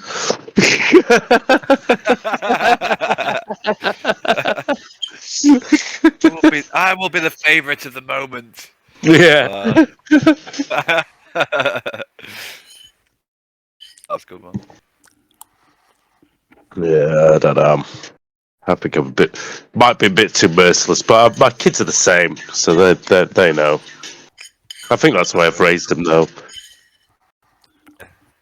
Well, it's a cruel world. It's a tough world out there, man. You can't raise them soft. Well, they are a little bit soft. They're naturally soft. There ain't no room for pussies in this world. Well, swearing. Off to boot camp for a lot of them. Owen's going to get himself in a lot of trouble with his gob. I know that for a fact. Well, it depends. They're not a 90s generation of fighting people anymore, are they? The new generation go out. They're a bit friendlier. Like, Yeah. seems to be a bit friendlier. Used to be in our day. Honestly, like, Day. I remember how gobby, like everybody was back in our day. You go to a pub and it's really relaxed. Yeah. What? We're supposed to be shouting at each other. We live in fucking Scunthorpe. Yeah. Yeah, it's completely different in like in Winterton. It's like just so ill. Like nobody really. Yeah, I know. It's because we're part of that 8% rural community in the UK in Winterton. It's great, you know, where people don't actually hate each other that much. You know, like in the town, it's like That's because half the fuckers are related. Yeah, that's probably it. It's like, you know, I'd shout at you, but it'll only be to say hello or good morning. When I talk to Gav Bishop, it's like, that's because I'm related to him. They're related to this. I get a whole lowdown on like village genealogy as I go past people in the truck. Oh, okay, cool. I know where you come from. Oh, you're not very good with Gav's kids. I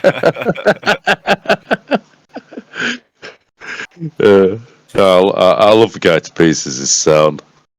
We split loads of wood today. I got my first job done really quickly and efficiently. It only took us about an hour and 40 minutes to earn £300.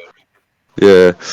So to make it worthwhile having him for the day, I spent the day on my log pile chopping up the logs and getting Gav to split them while I chopped them up with a chainsaw. So yeah, we did that in the afternoon.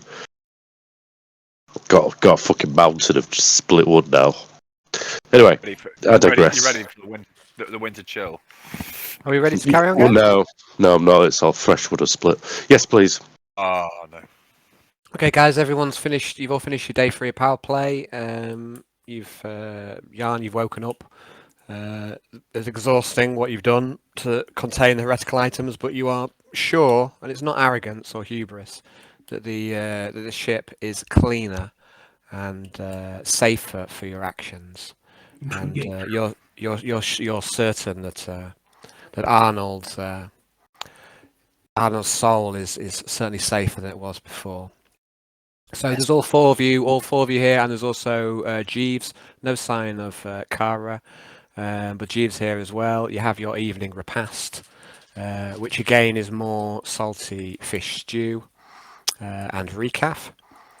You can sit around and have a little natter. It's date night tonight for Alexa. There's going to be a shindig in the Crow.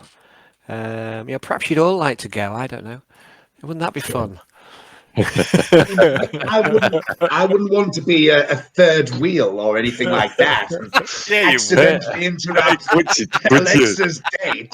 Quintius, battle buddy, and I put my arm around here because I feel like I've warmed you since tasting combat for a day. This is I like to imagine that, like, I have 2 black eyes and a fat lip and like a cauliflower ear. Very good. Arnie has just knocked the absolute fuck out of me. Yeah. But I'm like, I've probably got like a broken finger or 2 as well, all twisted. But I'm like, I'm absolutely wired from it. I'm like, still buzzing with adrenaline. Yeah. You're ready for the not Fight Club. I forgot what I was saying now. Well, let's carry on. Anybody else? I'll remember sometime. Jan, how are you feeling? You look like, and please don't take this the wrong way, absolute shit. I'm sat there with all my bruises and bumps. You don't look so hot yourself. I feel fantastic. I feel alive, Jan. I tell you what, Jan, he does a good job. He's a vicious little fighter, aren't you, Quintius? Vicious. That's a Yorkshire Terrier. What's that? Is that some sort of like werebear? If it was werebear, I don't want to go there. You know, you better beware of werebear. Oh, we don't want to go over where bear there. What? But no, don't go there because the werebear live there. Scary werebear. Be wary of the scary web. Beware the werebear. Have I missed something here? Says Jeeves. He twitches violently. What one, jeez. And he openly laughs at his disability. Wagwan, Master Yarn. Wagwan, Master Yarn.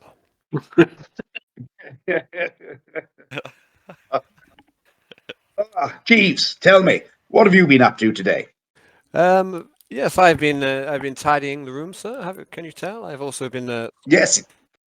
I've also been sourcing some items for you, sir. Have you touched my stuff, Jeeves? Bleaching No, your sir. other As per your express instructions, I have Good boy. left your things untouched as you required. And Jeeves, he looks quite excited. He goes over to this wardrobe over here, and he goes and he takes out a couple of sets of quite serviceable clothing for you, Quintius. Now, he seems to have noticed that you only really have one outfit, and that's some kind of dead man's outfit that you've been wearing pretty much all the time, and it's a bit tattered, and he's got some, it's nothing fancy, but it looks quite serviceable and smart, and it appears to be in your size. He's got two sets of trousers and like 2 shirts. Absolutely spiffing, Reeve. This is wonderful. I knew I saw greatness in you. This is fantastic. Tell me, do you know where to get? No, actually, don't worry about that. I'll come back to that tomorrow. There was something else, sir. I've been asking around, talking to people, and there does seem to be a bit of a shindig, you might say, at the Crow tonight. And I have been reliably informed that Laura will be attending. Have you now? Well, now that is interesting. By the perhaps I'll by the lady herself, no less. Oh, really? And yourself, Jeeves? Will you be attending? I think it would be proper, sir, if I came with you and sort your needs while you were there, and also keep my eye out for you in case there was any trouble. The Crow seems quite a rowdy place. Oh, it is. Yes. It's fantastic. Well, right. Well, Arnold, Jan, Alexa. I'll go to the Crow. I'll go to the Crow. Alexa, I'm sorry, I forgot. You've got a date, haven't you? Oh. Yes, Bodo asked you to pick you up in about, 15 minutes. Jeeves. Nothing to wear. You've got nothing to wear? Wait, Jeeves, what's the chances you could rustle up a fantastic outfit for Miss Alexa's date in the next 15 minutes? Yeah, and he looks and he twitches quite magnificently, and he says, "Sir, no. If I had any warning, I'm sure I could have perhaps, but I didn't think, and no. Yes. And with that, he darts out of the room. Oh, fuck's sake! I wanted him to get me some black trousers with a yellow stripe, a white shirt, and a black waistcoat. Fuck's sake! Hang on, Jeeves, come in. You comms into Jeeves, and then you remember that he doesn't have a comms bead. Shit. No, it doesn't matter. It doesn't matter. Need to find him a comm bead. You need to find one day, Quintius, I will look like the man named Ham. Ham? Strange name for a man. Ham. With a Hamiolo. And something like that. Hamiolo, I think his name was. Well, yes.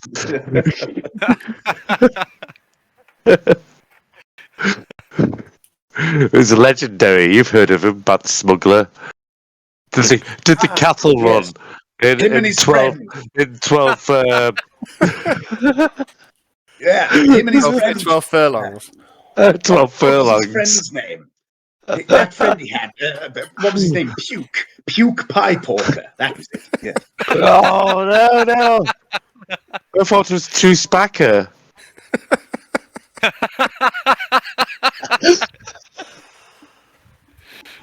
Because I thought his friend was like, it's kind of the same guy because they just sat next to him. It's like blob of flesh which goes. Oh. What was the old man called? What was the old man called? You can't say stuff like that. No. This is going on YouTube. I don't mean it. I don't mean it. What was the name of the? What was the name of the old man they all hung around with? Obi-Wan Kenobi or something. Only Anyway, Obi-Wan Kenobi. We've got 15 minutes. 15 minutes. Alexa. Well, it's now about 12 minutes. So, Alexa, are you making any preparations to get ready, Alexa? Jeeves has rushed off to try and get you something to wear. She's going to go and have a shower, quick shower, and then get some fresh undergarments on and nothing fancy. Obviously, just something with like a cog on one of the breast things. Something sexy. Just gonna put on you some work overalls, I think. Not work overalls, just wear something tight, basically, something functional. Something with a collar, so to hide the old gills. You don't really want them to be flapping about a body ship. Well, you can always have your hair down.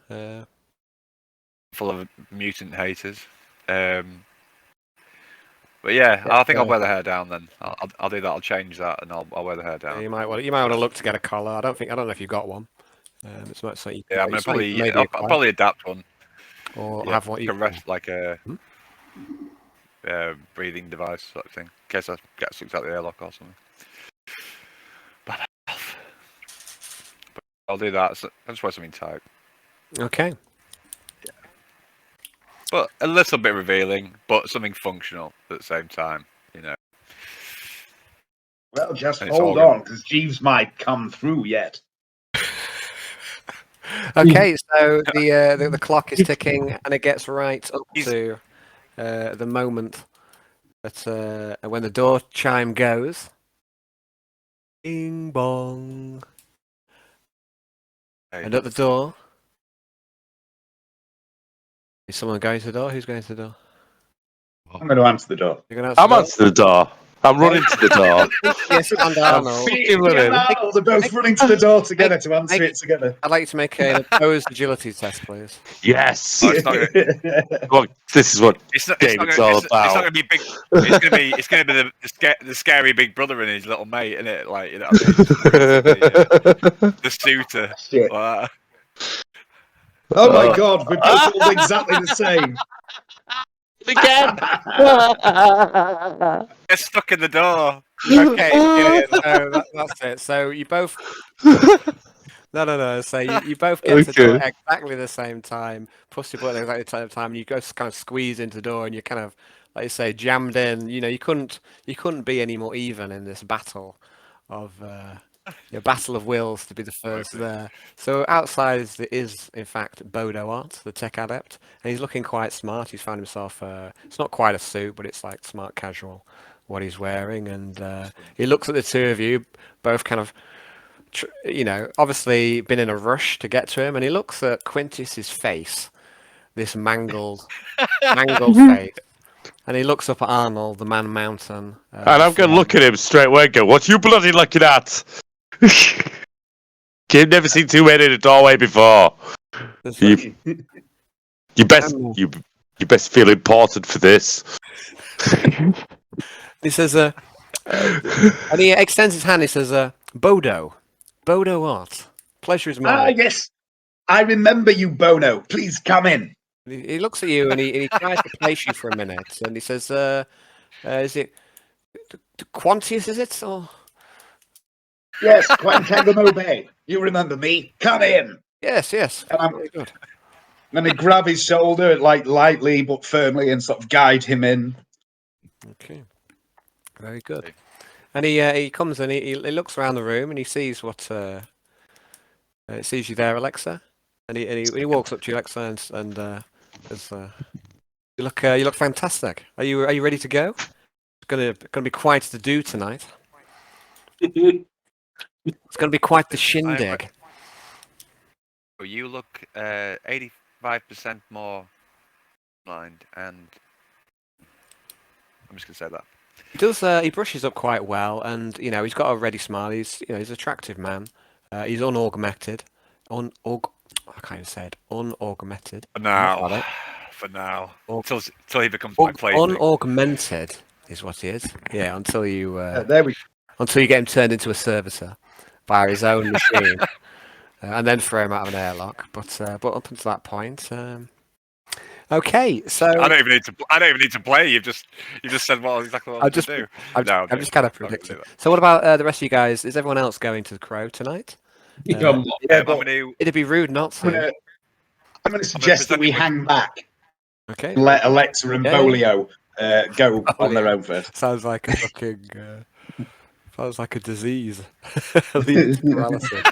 So.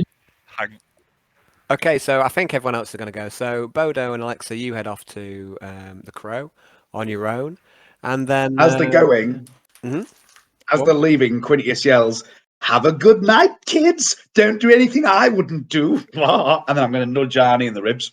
Okay. Alexa's just going to turn around, like just as they're walking out, and just raise an eyebrow and fix him with like a look that, if she actually had proper eyes, would be like Quintius. Okay, Alexa, as you're walking towards the Crow, you can hear footsteps. It's someone running down the corridor towards you. Alexa's still wearing she's wearing a las pistol. Okay. She keeps that just with her at all times. No worries. Nothing else. That's fine.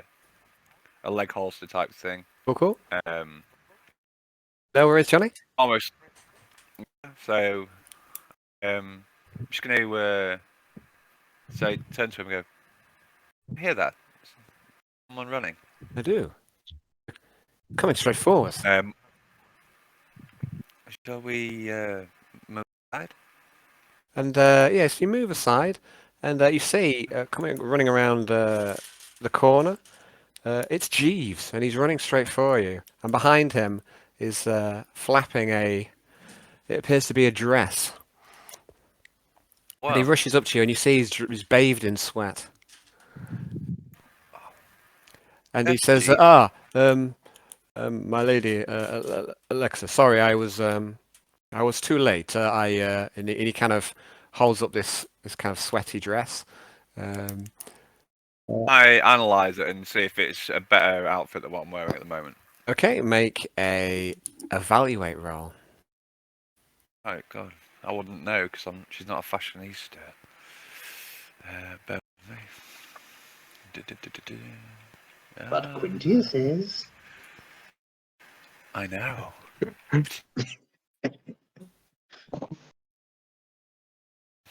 Quintius isn't here. Mortal you for dashing off. It's the only time he could have been useful as well, and he's not here. So eager to let a young man in your pants. Okay, so you do a thorough scan of the dress, and despite the fact that it's a little, he's obviously not kept it in the best condition because he's been legging it from somewhere. I've just seen that Rocky picture on Discord. That's Quintius. That's amazing. That's amazing. So look at full screen. I've got to stop looking at that. It's fucking hilarious. Right. Okay. Just okay. So so the dress is Yeah, it's definitely superior in appearance and quality. It's a high quality dress. Like I say, it's a little rumpled because he's been running with it.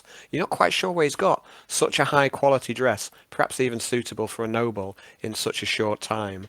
It's a little sweaty where he's holding it because he looks like he's busted a gut to try and get here in time. But yeah, it's still definitely improvement on what you're wearing.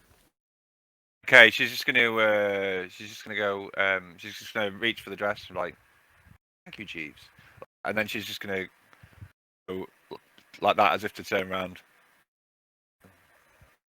Okay, Jeeves and Bodo turn around and face the wall like gentlemen. Jeeves starts to twitch quite significantly. I bet he does. She gets ready in the corridor. She just gets ready. Just takes off what she was wearing and then just puts his dress on. Obviously, she's wearing a boot, so it probably looks a bit out of place. But if the dress goes down, mostly covers the boots. But yeah, it does look a little out of place. But you still look very attractive for the changeover. And when you're ready, Jeeves will take your clothes back to him, and you can carry on towards the crow. She's going to fold them very rapidly, and then just give them back. Very good. So what about you other guys? We're back at the room. Is there any precautions you guys wanted to take? Or anything you want to do in preparation for going to the shindig? I'm putting my best outfit on, as opposed to the stolen clothes of Obadiah. Okay. Keeping the mesh underneath. Going to smoke an IO stick to give Alexa a head start, and then once that smoke suggests that we follow. Okay. So how about Jan and Arnold? Is there anything you want to do before we go? I am going to be topless, but with my mesh coat on. It's open. It's a blind date. I'm gonna have my red bandana on my head. I'm gonna take my coat. Will you go for mysterious number 3? He's got no top on. Well, yeah, that's how I'm gonna go out anyway. Like with my combat trousers on because I don't have any other pair. So my stinky, sweaty, ball-ridden combat trousers. What I don't think I ever remember washing in this whole entire campaign. Still wearing them. You've been in the river at least once, maybe twice. Oh well, that's good. That was a long time ago. It was. It was at least a few weeks. I'm gonna ask anybody if got any. No, it don't matter. No one's got any clothes that fit you. Oh no, Jan's might actually, but I don't know if Jan's. Jan's too long. Yeah. I have to get Jeeves to get you some clothes. That's the point.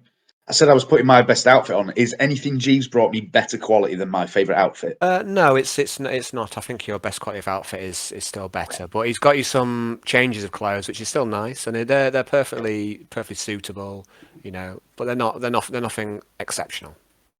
Mm-hmm. Okay. So Jeeves actually returns to the room. You see that he's carrying Alexa's clothes, which she had left in, and he's drenched in sweat. And he goes,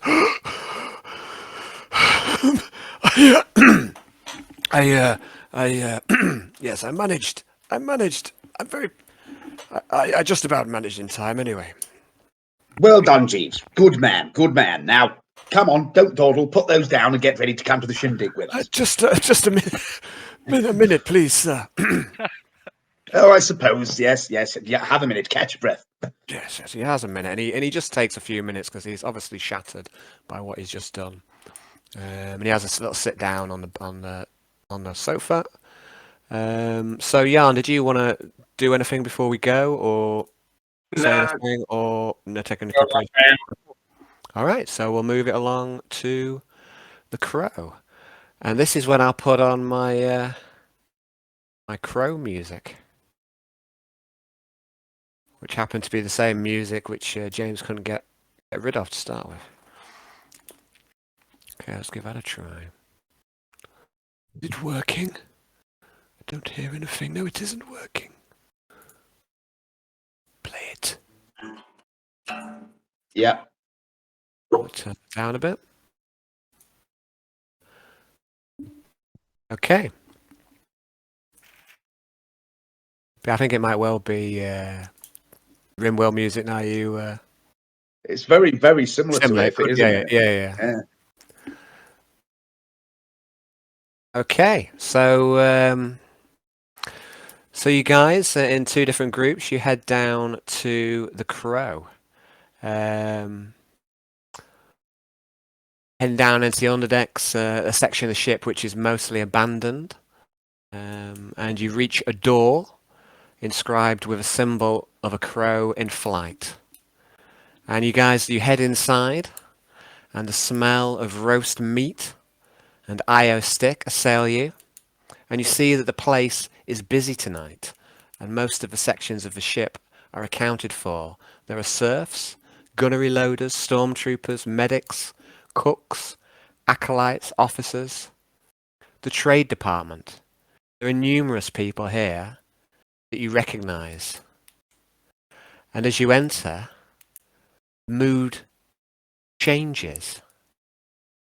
At first it goes quiet. Oh. You hear whispers, and one word reoccurs. Judge, judge, judge. And some people get up and they cheer and they clap.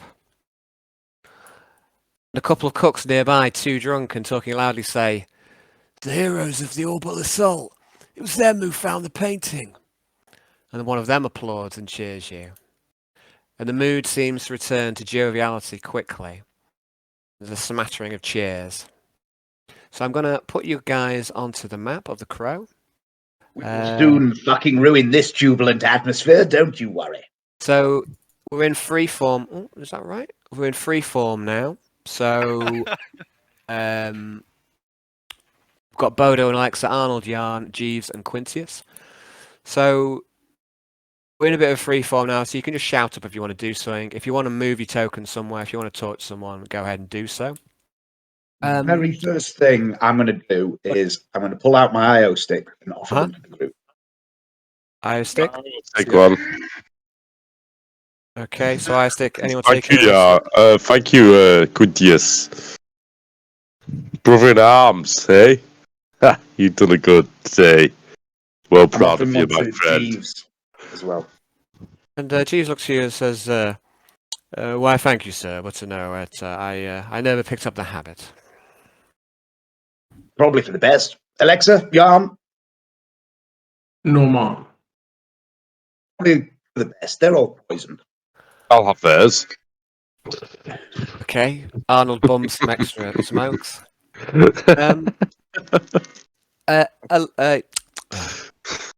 Johnny, there's one other thing here for you to note. There's also Courtney here in the Crow tonight. So if you ever want to, at any point, you can roleplay either of your characters. You've got Courtney here as well if you wanted to do anything with her. You're not forced to, you can just automate her. But if you wanted to, you're welcome to do so. I think I'm not drunk enough to be able to. That's fine. I'm giving you the option, and that's absolutely fine. So Courtney's here, and she's hanging out with Laura and talking to some folks. But I just wanted to put the option out there. If you're feeling adventurous, you could play 2 slags in one evening. So. Thanks for that. Okay, so right, so we're starting off, and you also see around. You see some folk which must be from Orpheus 4. They've got the unmistakable look. It's quite small, malnourished, but you don't see any mutants. But you definitely see some rednecks around as well.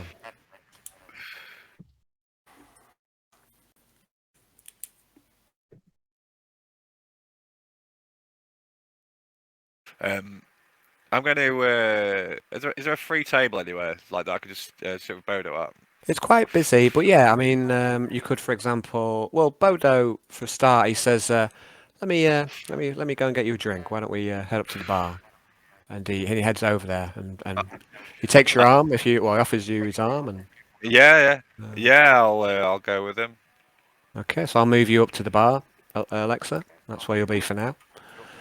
Yep. And he says it's kind of a bring your own tankard place. This place, but you can borrow mine if you want. It says to you, Alexa. With that, she's just gonna hold her finger, and then just like she's got like a little backpack on, and she's just gonna open the backpack and just take out 2 cups and go, "Yes, I've heard this, that." Oh, so you're offering him a tankard as well? Yeah, I'm offering him one of the tankards because that I've made. Okay. So. Well, he did bring one, but he puts it to his belt and he attaches it to his belt and he takes yours instead. He says, "Oh, you made it yourself? Good work." And he gives it an appraising look, and it is good work. I heard that there were no cups here, so I decided to make us some. Okay. The barman comes up. He speaks to Bodo. Sorry. So what'll it be? 2 glasses of clear? And Bodo nods. And Jaffa goes off, and he gets fills the two tankards with clear.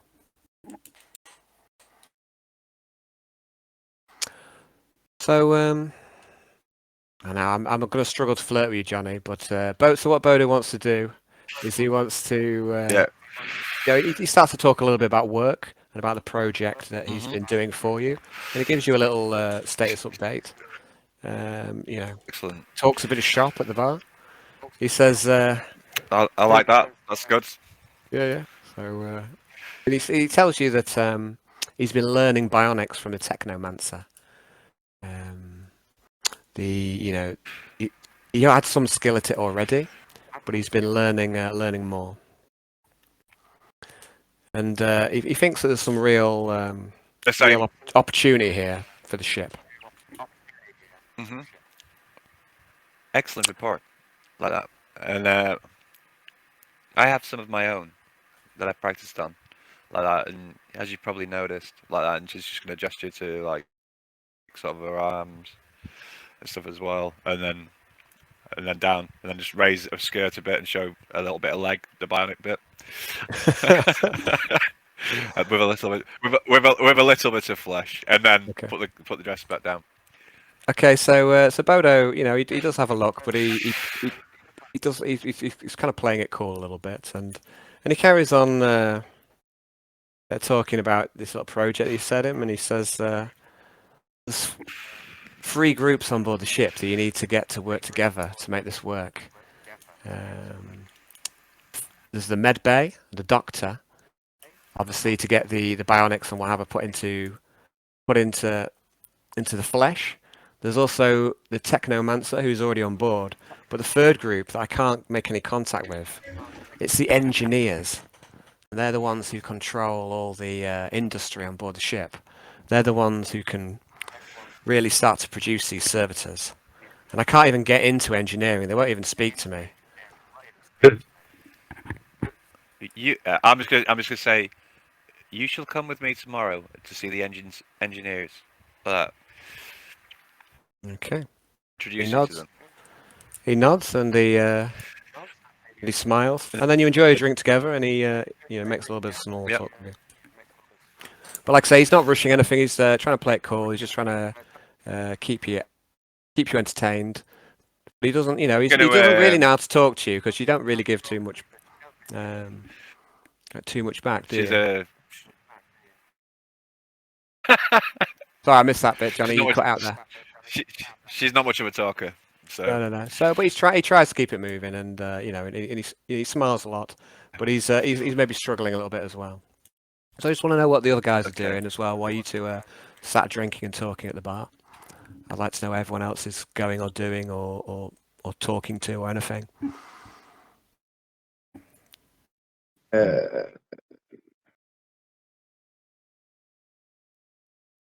I'm going to, as I'm walking in, heading towards the bar, I imagine, I'm going to just, excuse me, I'm going to call out,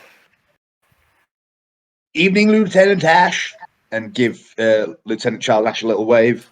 And if Laura happens to notice me, I'm going to give her a cheerful little wave. Not too keen. Don't want to make it weird. Okay. And just head over towards the bar. Okay. So as you head over and you head past Charles, and he raises his glass to you and says, Quintius, you good chap, and join me. Would you have a request for you?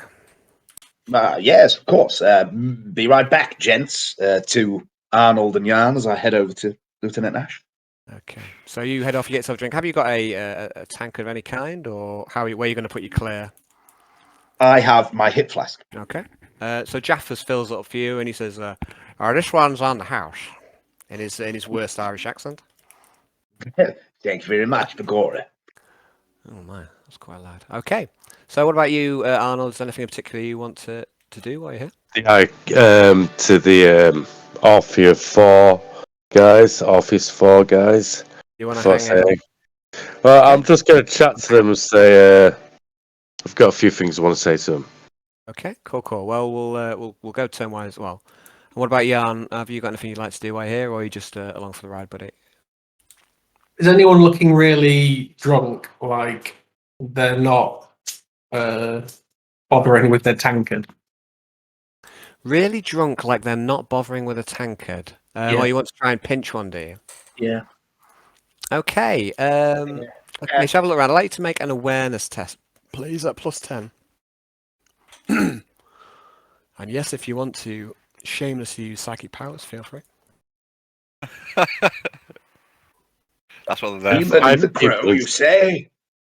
5 people turned into demons.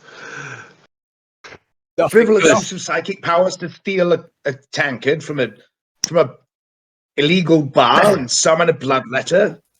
Quintius approves. Okay, so that's I say maybe it's a prescience, but you look where you know there's going to be a tankard, Jan, and you see one. It's around at this location here, and there's a very drunk serf.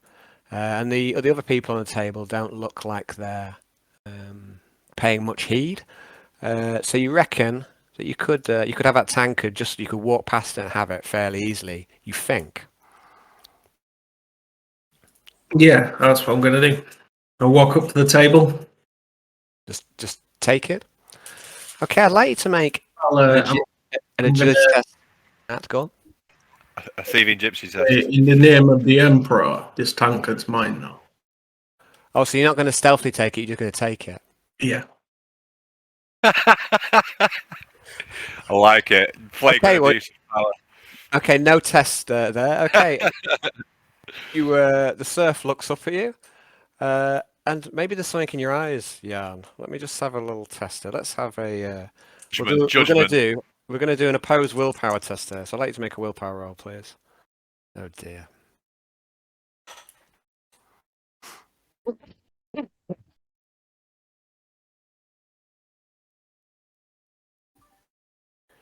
If you make a test, I'm just going to actually take a call. Will you give me a sec?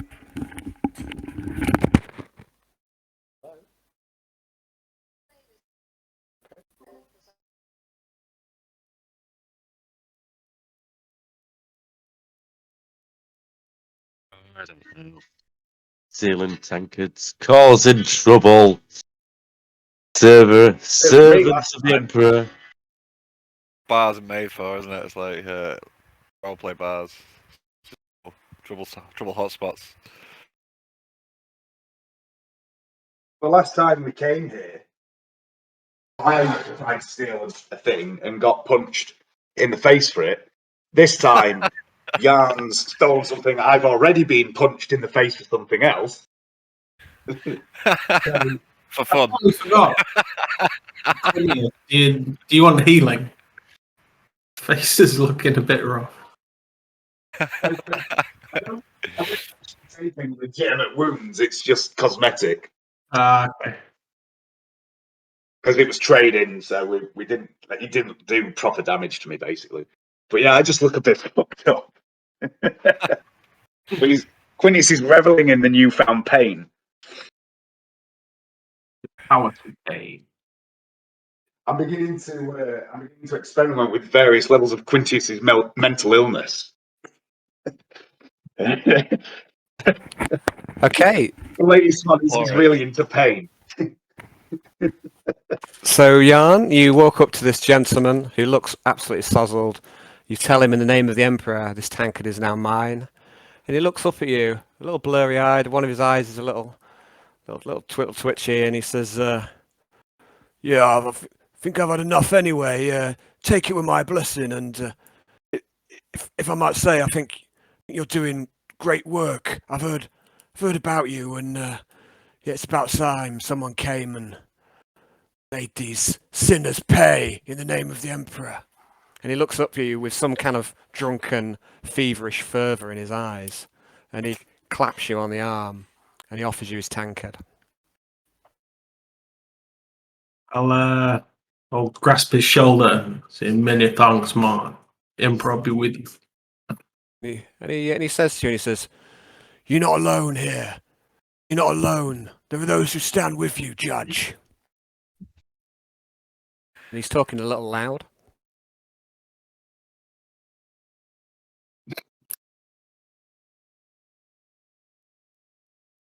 And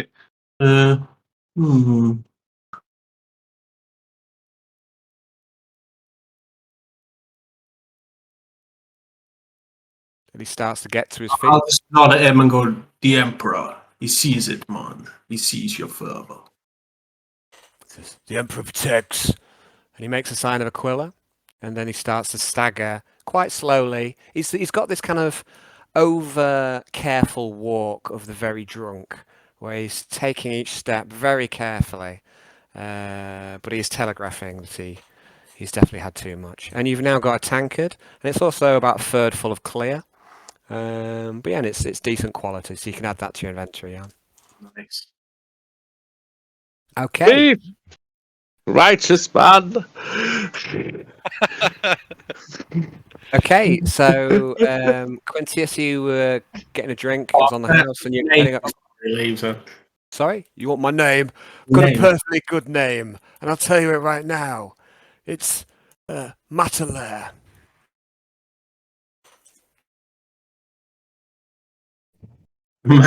Slightly distorted. Matalair. Slightly distorted object that I just looked at.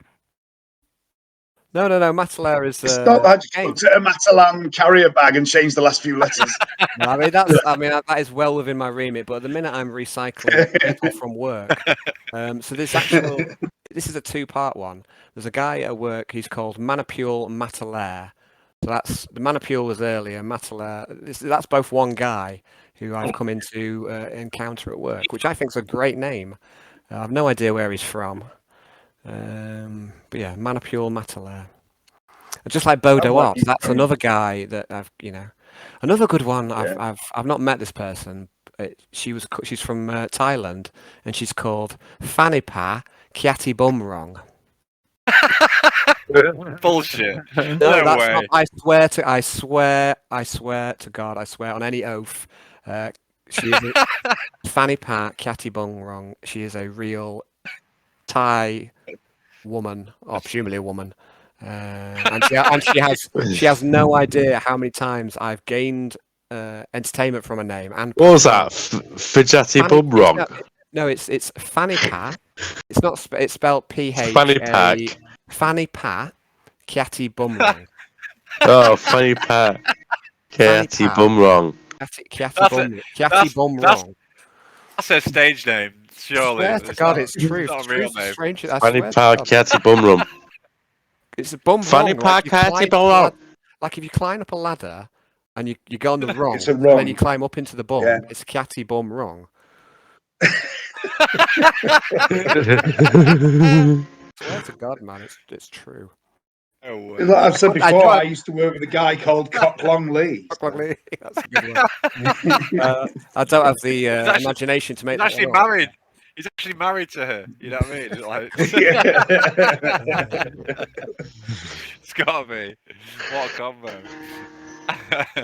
Oh, Kokong Lee. I see you're pleased to see us.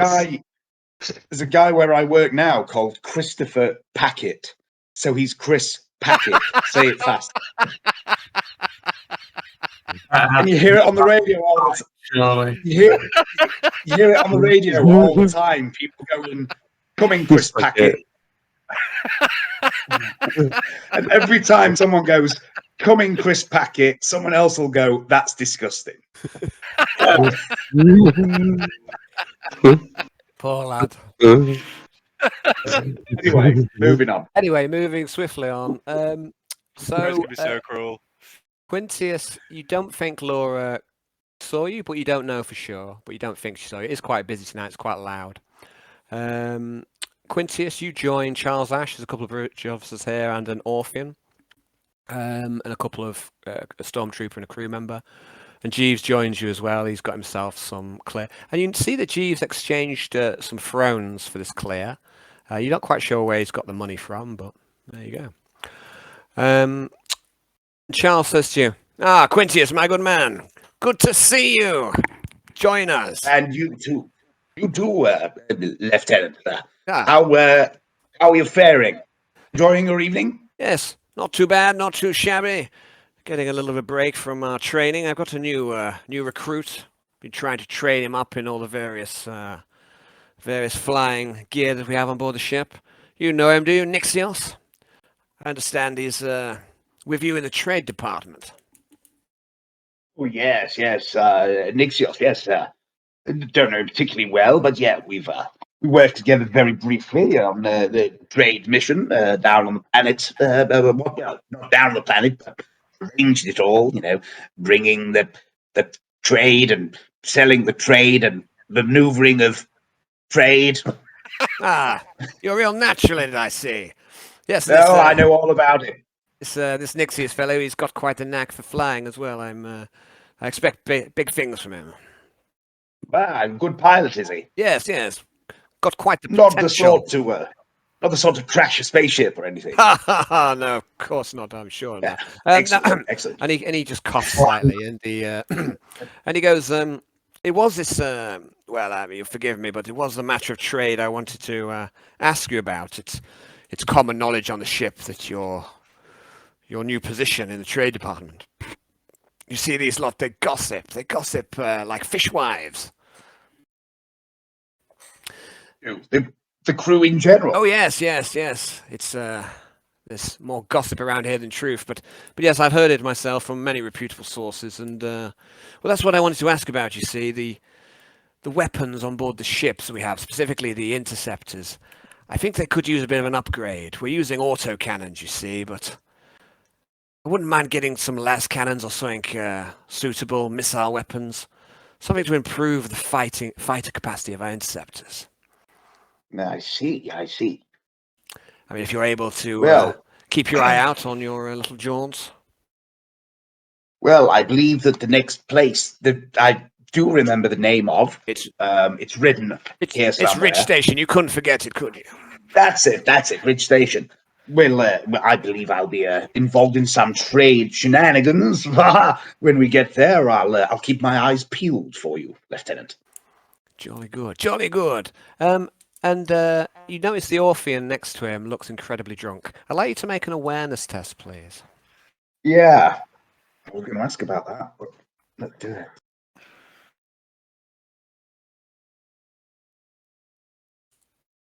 Awareness.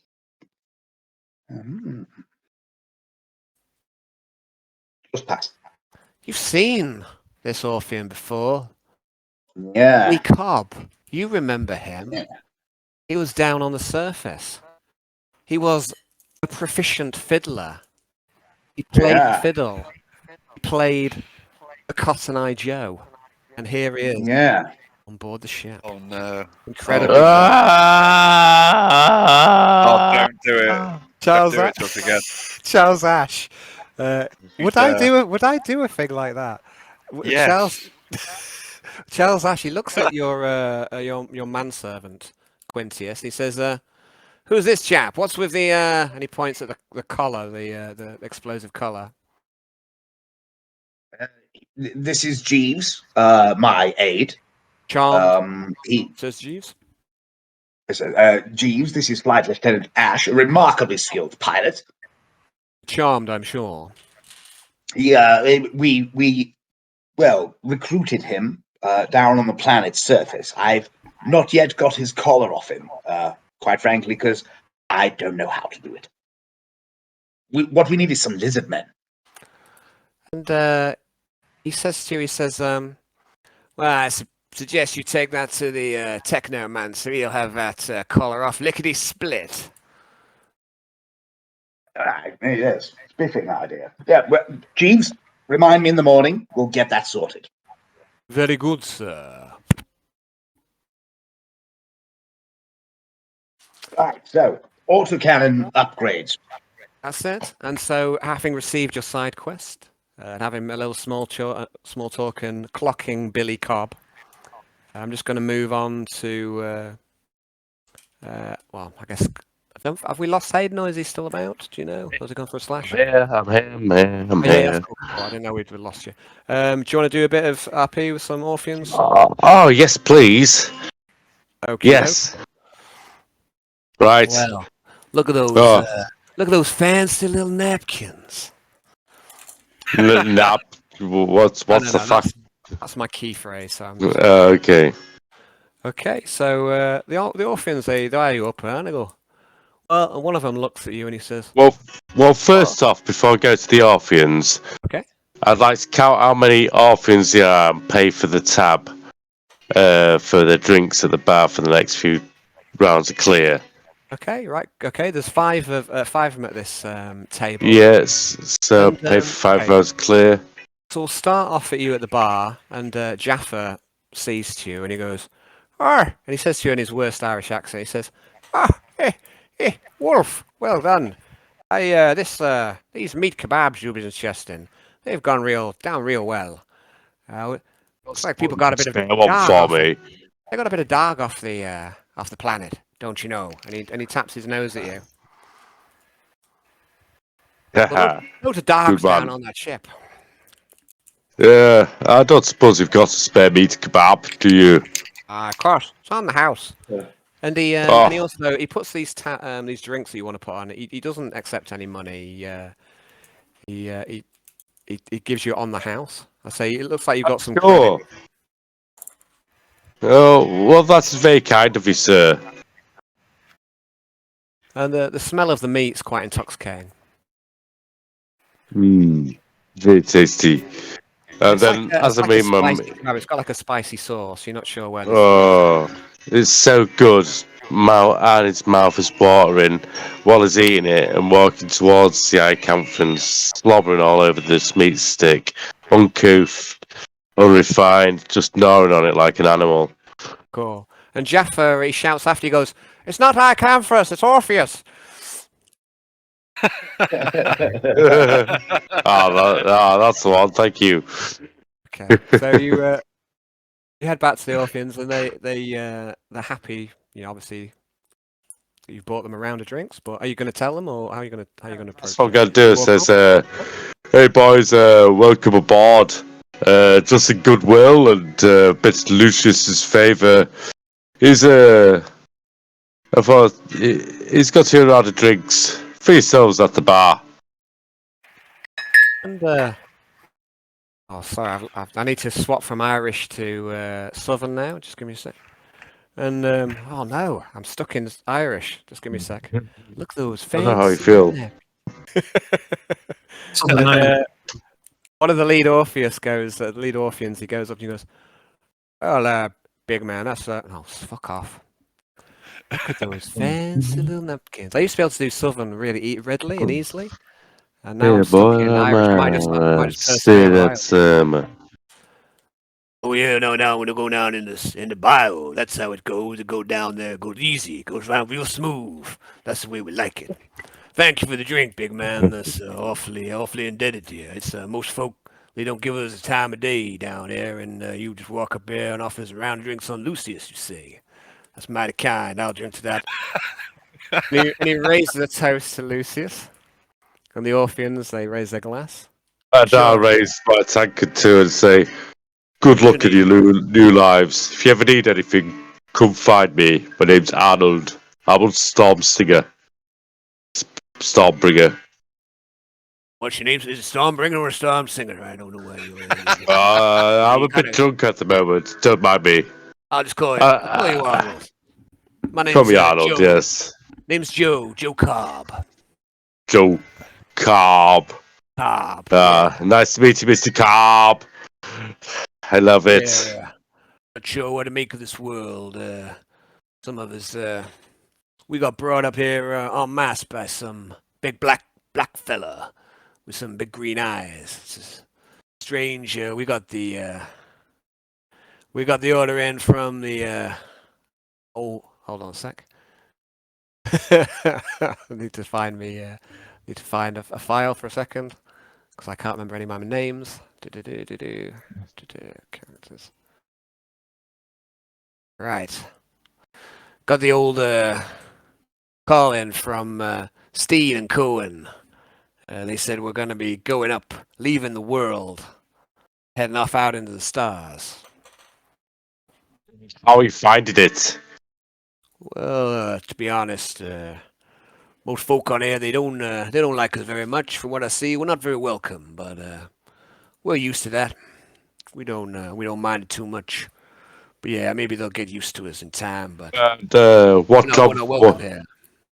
Well, that will change.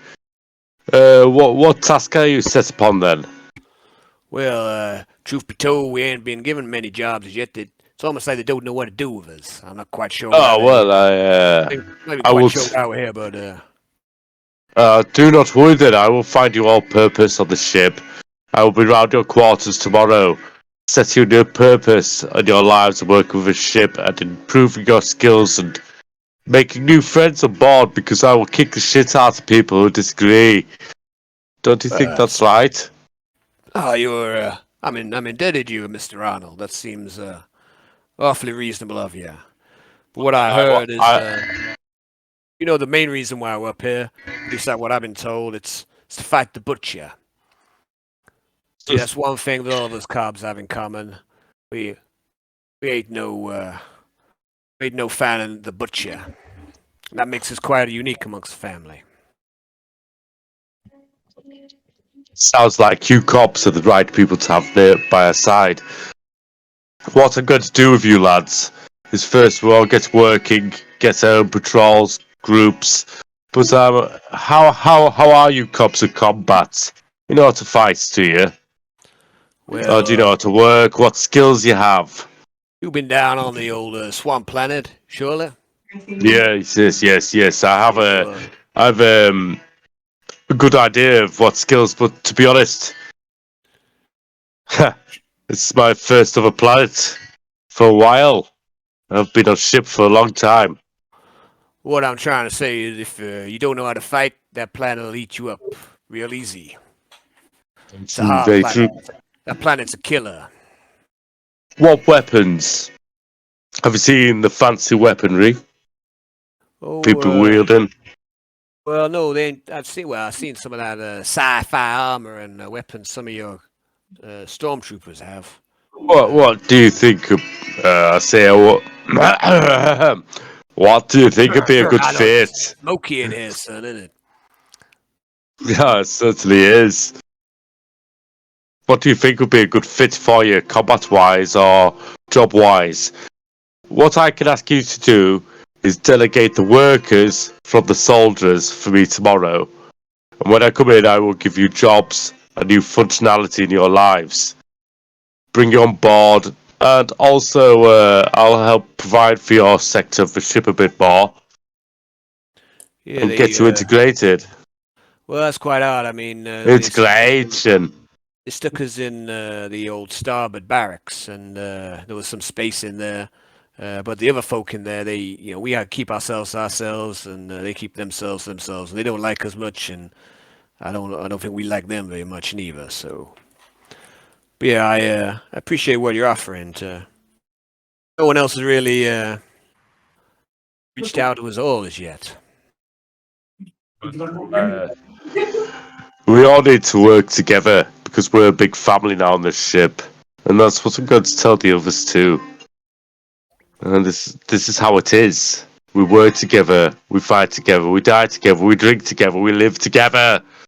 All of us together on the ship as one. And I will tell the others the same. I'm going round each people and trying to get us to work better. It will happen. I'm going to push for it. I'd like you, please. By example of my strength. I'd like alone. you, please, Arnold, to make a fellowship roll, please. Oh my god. Alright, okay. Motivational speech bonus? Well, what I'm going to say, the fact that you're the first person to reach out to the Orpheans means that you're going to get some... Okay, sorry. There's a pass. So I was going to say you get at least one rep for this, regardless of what you do on the roll. But you're the first person to reach out to the Orpheans at all. Mostly they've been shunned. I'd like you to roll a D3, please. Sorry.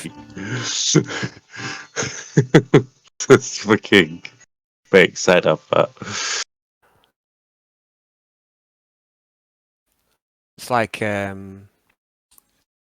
pincher and Three. it's okay. So you get a total of four rep with the Orpheans on board, which is quite a significant chunk.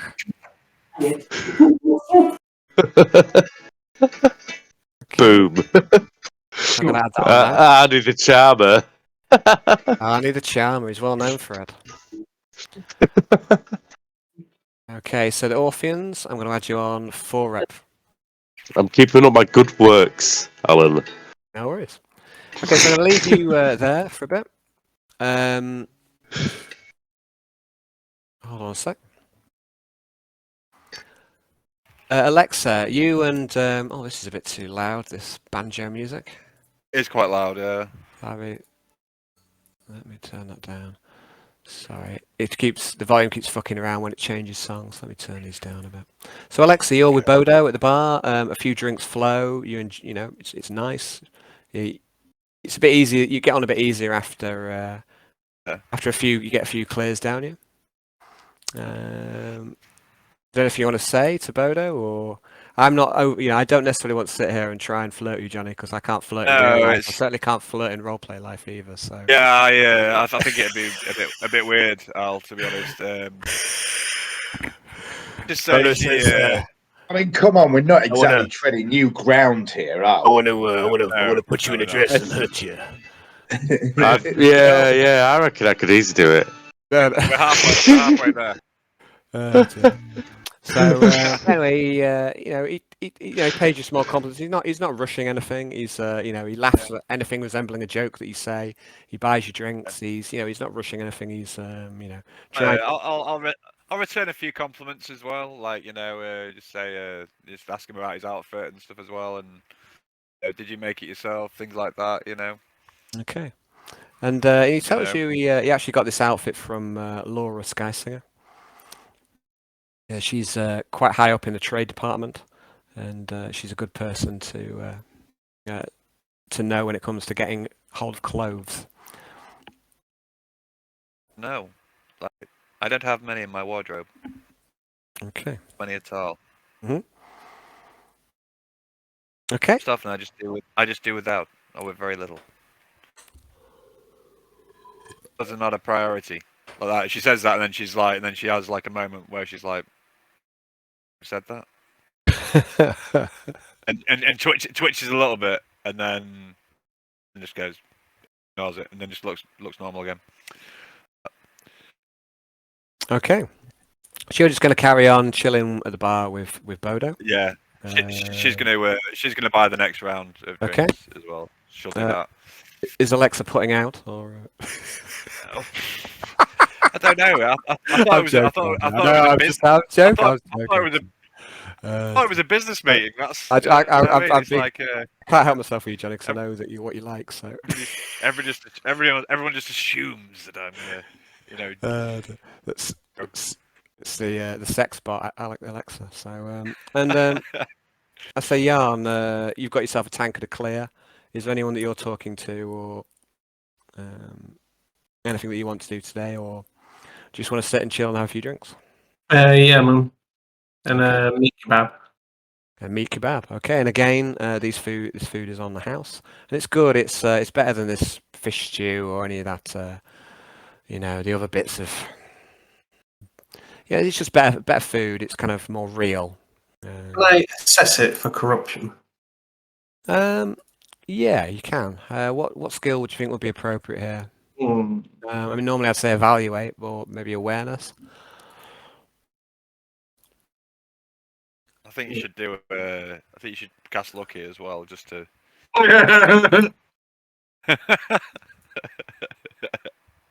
Just to maximise the chances of you getting perils in this game again. Be funny, just perils at the bar and bloodthirster. The jovial atmosphere is ruined. The tear in the warp opens. It's one outcome.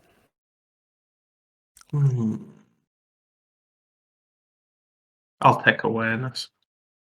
Okay. So have a look. Nah.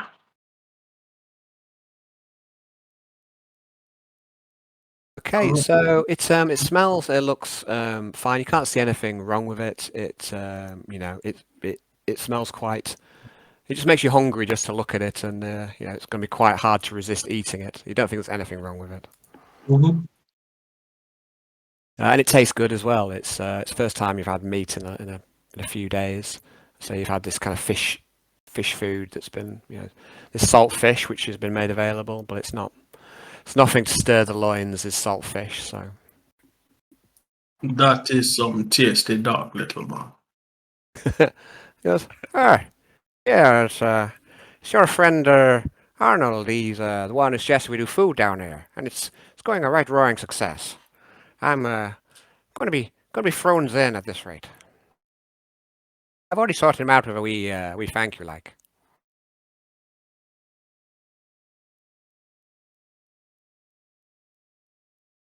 Okay. Now where are we looking at? So you're off all in your different sections of the crow. The volume in the crow seems to be going up and up and up as people are getting drunker and drunker. And at one point, Arnold, someone heads over to you who you've met before. It's Yuki Gleeflesh, and he's the what do you call it? He's the face of the black market here on the ship. Yuki. I see you wandering my way. What do you want? Well, how you doing first? Can I get you a drink? No, you're all right, mate. I've got one already. I was just asking. You asked me to get some bits and bobs, or just to scope them out, and I've done so. Oh yeah. Yeah. You asked this about, I don't know, maybe a week or two ago now. I remember. I keep it all down in my black book. I've got this. It says, man stop around, shotgun shells, flak helmets, photo contacts, and a heavy stubber. You've asked me where I can source any of these. Yeah, I've got my hands on them if you need them, mind. Oh well, that'd be perfect. I'd love to take the heavy stubber and everything off you. Everything off your hands. Yuki, what a bloody good job you have done. Thank you very much. I will put this forward and use it for the glory of our mission. And also train others. You must misunderstand me, mate. Costs thrones for the heavy stubber. Can't be just giving it away. It's not much of a black market without the trade and money. Okay. Well, you just hold on to it for a little bit. Charity. Yeah, you just hold on to it for a little bit because I'm short on thrones at the moment. I've had a lot of things to pay out for. Oh, right you are. Anyway, so let me just check the cost on the heavy stubber. Well, then I've got. I think my thrones were down to like 30 or 40 or something like that. Okay, so what he wants for the heavy stubber is 900. It's thrones or black market credits. Oh. Yeah, I've got 35 thrones. Okay. Don't worry, mate. I'll keep it around. Well, unless anyone else shows interest, but well, if anybody else does to do, don't they? big ticket item, you see, so not everyone can afford it. But I've managed to get it. Don't ask how I got it, mind. And he winks. That's it. It's all right. It's all right. We will come to an arrangement here. Yeah, come to arrangement. Maybe get something for trade. Maybe. Aye. You scratch mine. Yeah, let's see what if I get anything which you'd like a direct trade with, because I'm sure something I kill will be of worth great value to you. Anything, any preferences? Any preferences for trophy items you'd like to trade? Actually, of creatures, Well, I don't know anything. people, xenos, artifacts, anything you'd like. I'll try chop it off anything and pass you it for a fair trade. Well, I'm always interested in anything I can make a profit from, but I haven't really got the eye for some of these, I know, creatures and stuff. I'm a city man myself. Okay. So I don't necessarily I'll see. know, but Maybe. I can act as a middleman, a facilitator, mind. To be fair, yeah, it's fine. No worries. No worries. You let me know if you come across anything you think of value. I'll see what I can do. See if I can put you in touch with someone who does know something about it, mind. Thanks, Yuki. Sorry I didn't have the credits straight away. It's all good, mate. It'll come in handy, this stabber, anyway. Are you sure you don't want to drink? Alright, go on. I'm nearly done here. Go alright. And I go to the bar and get Yuki one for his efforts. There will be something I want, Yuki. I will not leave your thrones in vain. Alright. We'll try. Okay. So the night progresses. Let me know if there's anything anyone would like to do. Otherwise, we can just kind of fast forward a bit.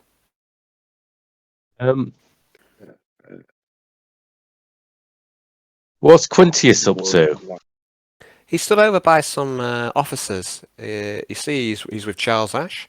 He's with a drunken Orphean and a couple of bridge officers and Jeeves. I'm going to walk over to Quintius and I'm going to down my pint of clear on the way past. Okay. So I'd like you to make a drunkenness roll. Carews test, please. Plus 30.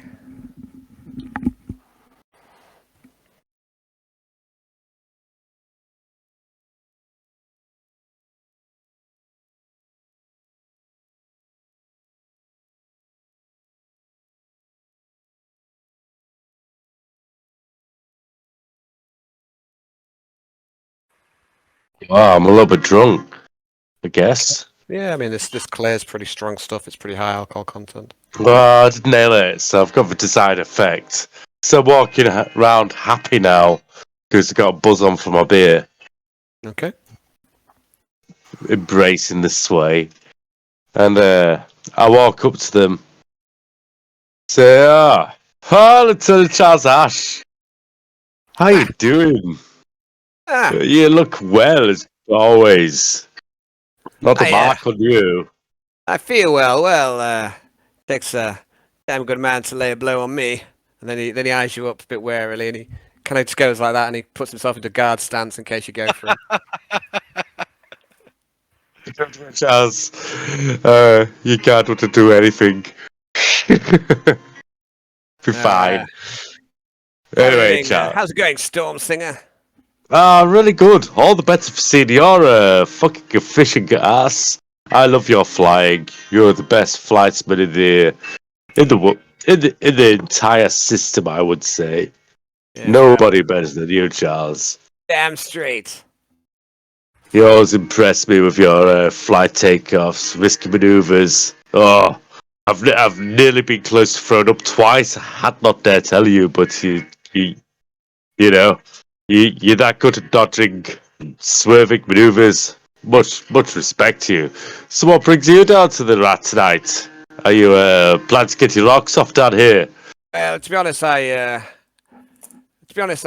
do like a drink as much as the next man. It's It's stressful work at the moment. Got a new recruit I've been training up. And he's been keeping me on my toes, so... Does he need any combat training? I don't think that's his, don't think that's his thing. But no, we're getting him trained to be a pilot. You could come combat training with me if you wanted as well. We run a class. Oh, yes? Yeah. Kind of class. Yeah. Well, you seem a very capable man, Charles Ash.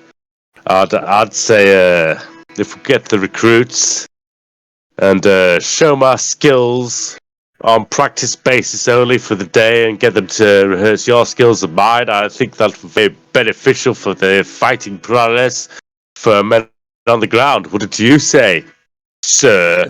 He goes, no need for rank here. We're down in the Crow. I'm always on the lookout for more pilots. It's hard to find those with the suitable skills. So who are these men you're training up? Is it those Orpheans? Is it those swamp folk? Is that what you're training? Well, I'm not on about training all of them up like that. First, I want to see what they're naturally able to do.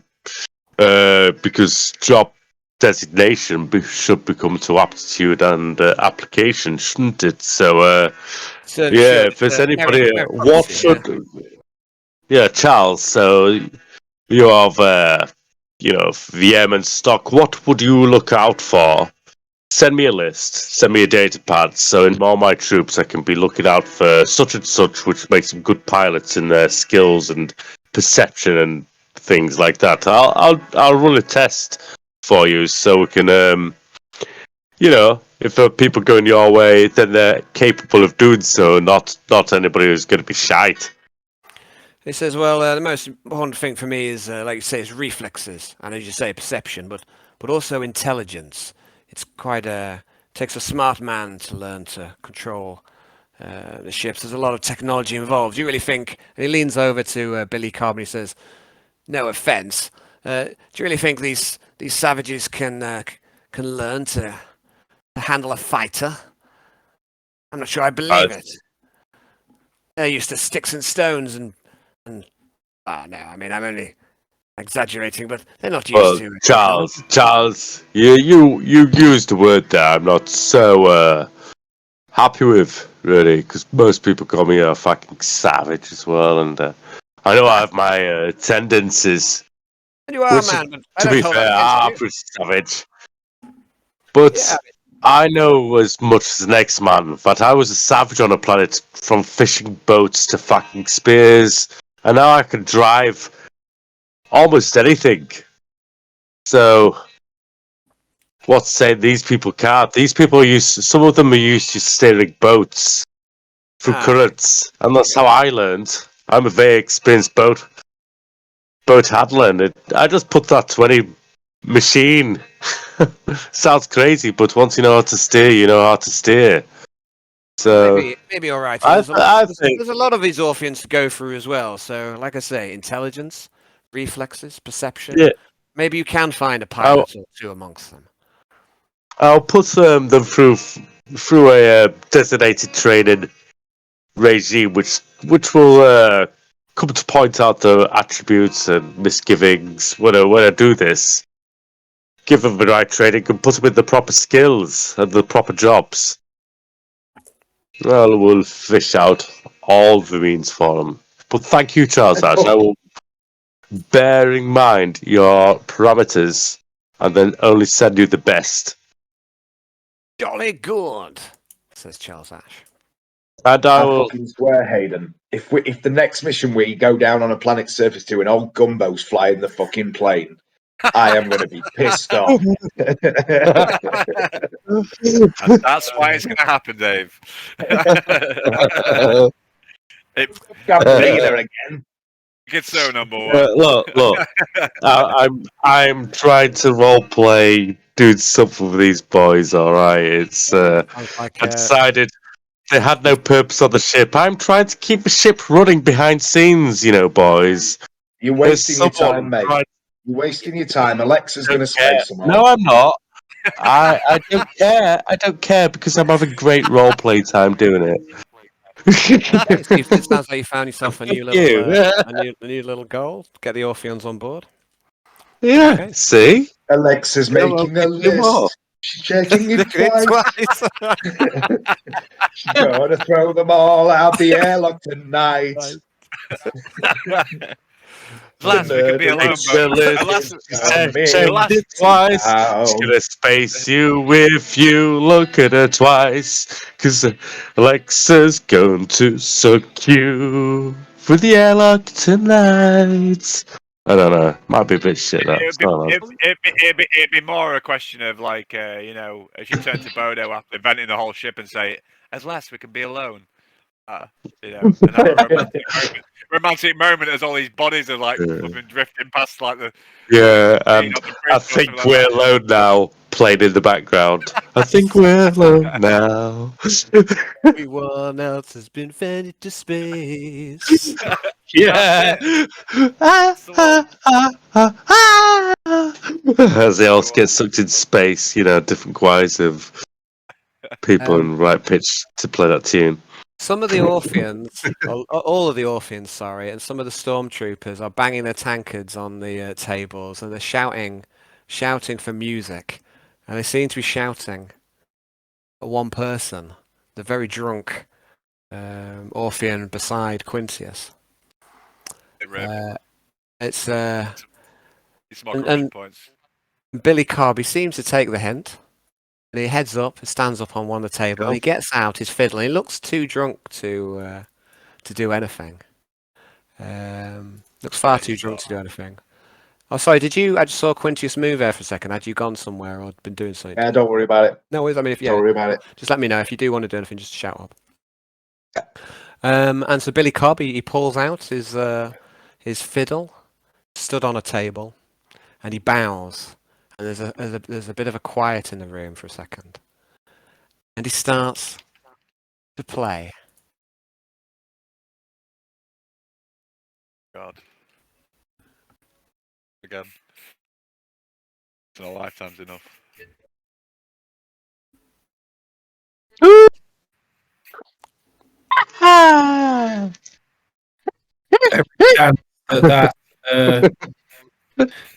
That thing's about to fly across the room. What's going to fly?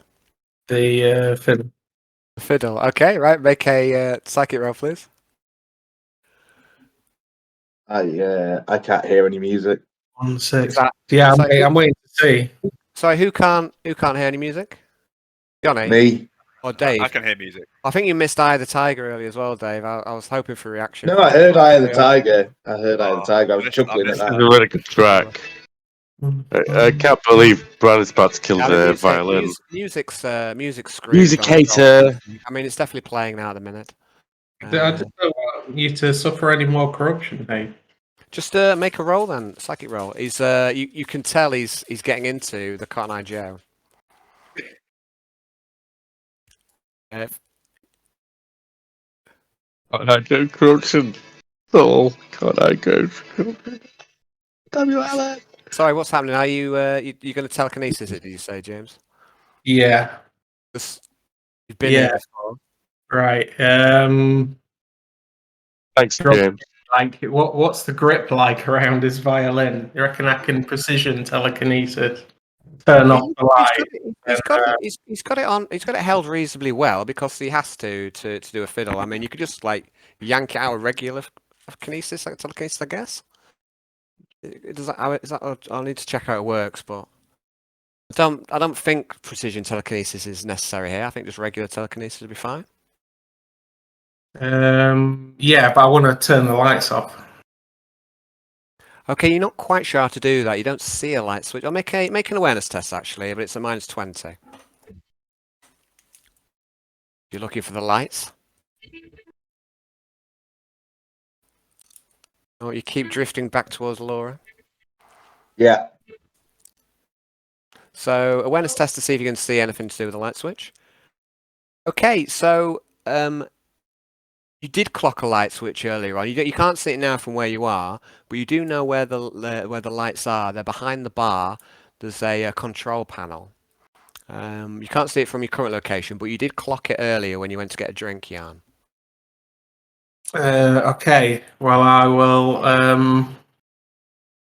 I'll try flicking that with. So yeah, I'm going to try. First of all, the power that must not be named.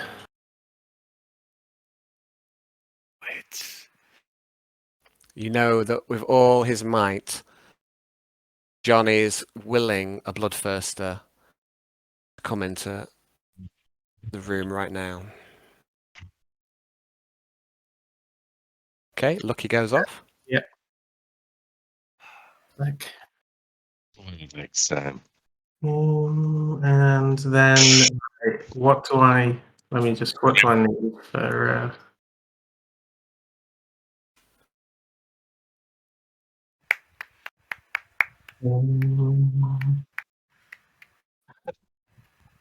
Precision 23. Okay, so that's 7. Let's try 3d10. Yes, let's try 3d10. I feel like a Russian tank commander now. No, We'd all have to be a little bit colder. Let's try that again.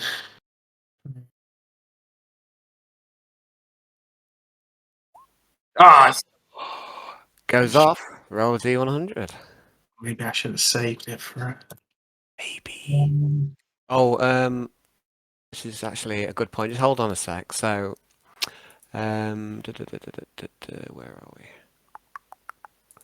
So you've got some resistances to. You've got -5, I think, to perils, but there is something on board the ship. I just want to just check what the situ is. So ship stats, malevolence. Okay. No worries. There's something I keep forgetting to do. Like whenever we're on board the ship, there are some various modifiers to various stats, which may change as well as the ship changes over time. But while you're on board the Malevolence, you've always got -5 to your willpower. But I don't think that affects you here. I always forget about this. There's also a -5 to command rolls at the minute, and that's due to the morale being quite low on the ship. But as as the ship's stats change over the course of the campaign, there becomes other modifiers to to what's going on. So yeah, roll your perils, please, or not perils, psychic phenomena.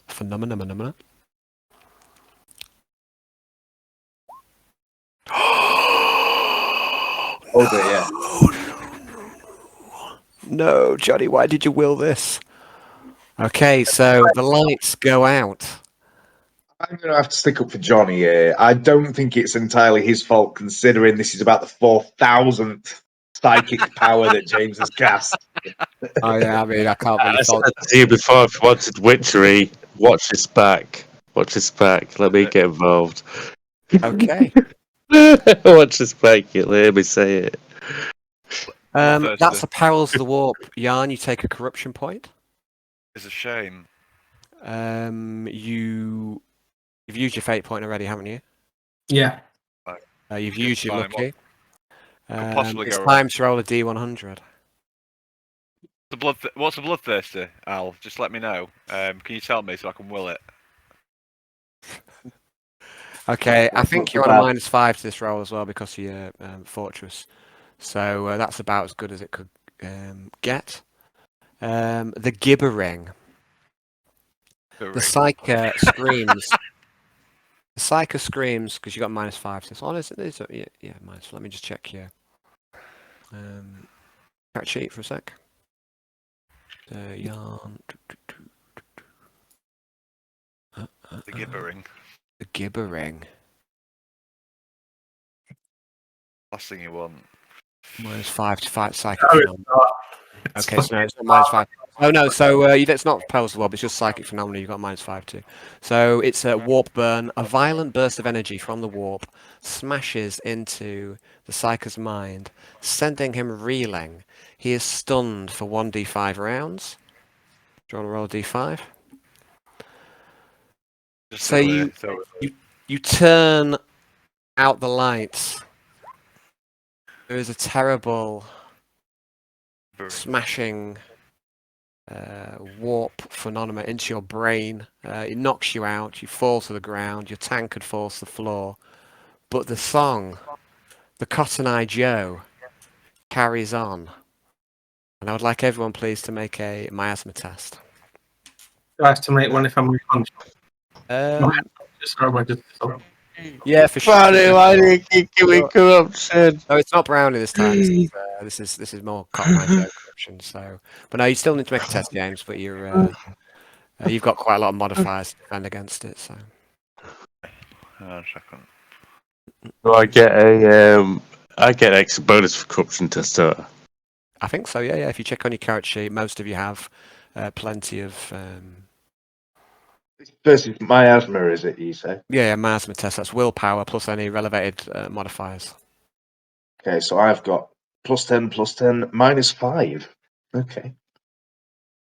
What do you get -5 for? Oh yeah. Actually, no. Take that -5 off. There was a reason it was on there, and now it's not on there. So I thought I'd taken it off all your character sheets.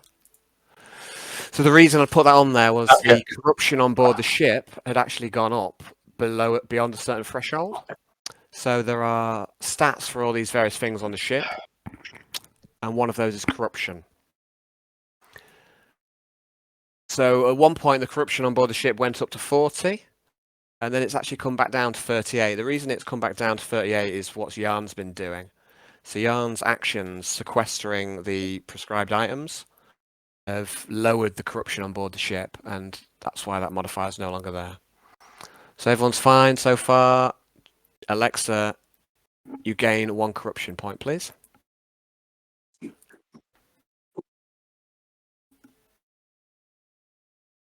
Oh, the loss of that second fate point, it haunts me. I'm so chuffed. I'm still doing like the ship morale officer, aren't I? Even with the air confidence. I can't help myself. Can't help myself. Okay, so Alexa, while the lights go out, Bodo leaps up and he grabs hold of you protectively, in case anything's trying to happen. He moves to defend you, and he draws a weapon. You're not quite sure where from. He draws a sidearm. You're not quite sure where he had it stashed, but he's got a weapon in his arm. So everything goes dark. There's a few screams, but also a few cheers. She's gonna just get a little bit closer to Bodo. This happens. Okay. And sort of allow him to defend her. That thing. Okay. The lights come back on shortly, and guys, you realise that Yarn is lying on the floor. His drink spilt. His tankard discarded, and he looks like he's taken a fall. And I'm gonna pick him up. Yeah, you can't help but think that maybe something's gone wrong. You're getting a feel, especially you, Arnold, a feel for the kind of psychic feeling that when Yarn's using his powers, you kind of start to get a little tingle on the back of your arms. You're getting quite used to it. I'm pretty used to it, aren't I? I'm going to pick Yarn up. You think so? And just keep him on my shoulder while I'm carrying on drinking. Okay. So you until he wakes up. He can wake up on my shoulder. I'm not brought into my night. Keep him safe. Okay, so people start dancing. The kind of volume in the room goes up and up and up for the extra excitement. I'm going to turn to Wolf and be like, "Hey, stop it, man!" There's applause. There's a cheer for Cotton Eye Joe. Yeah, that's the good shit, they say.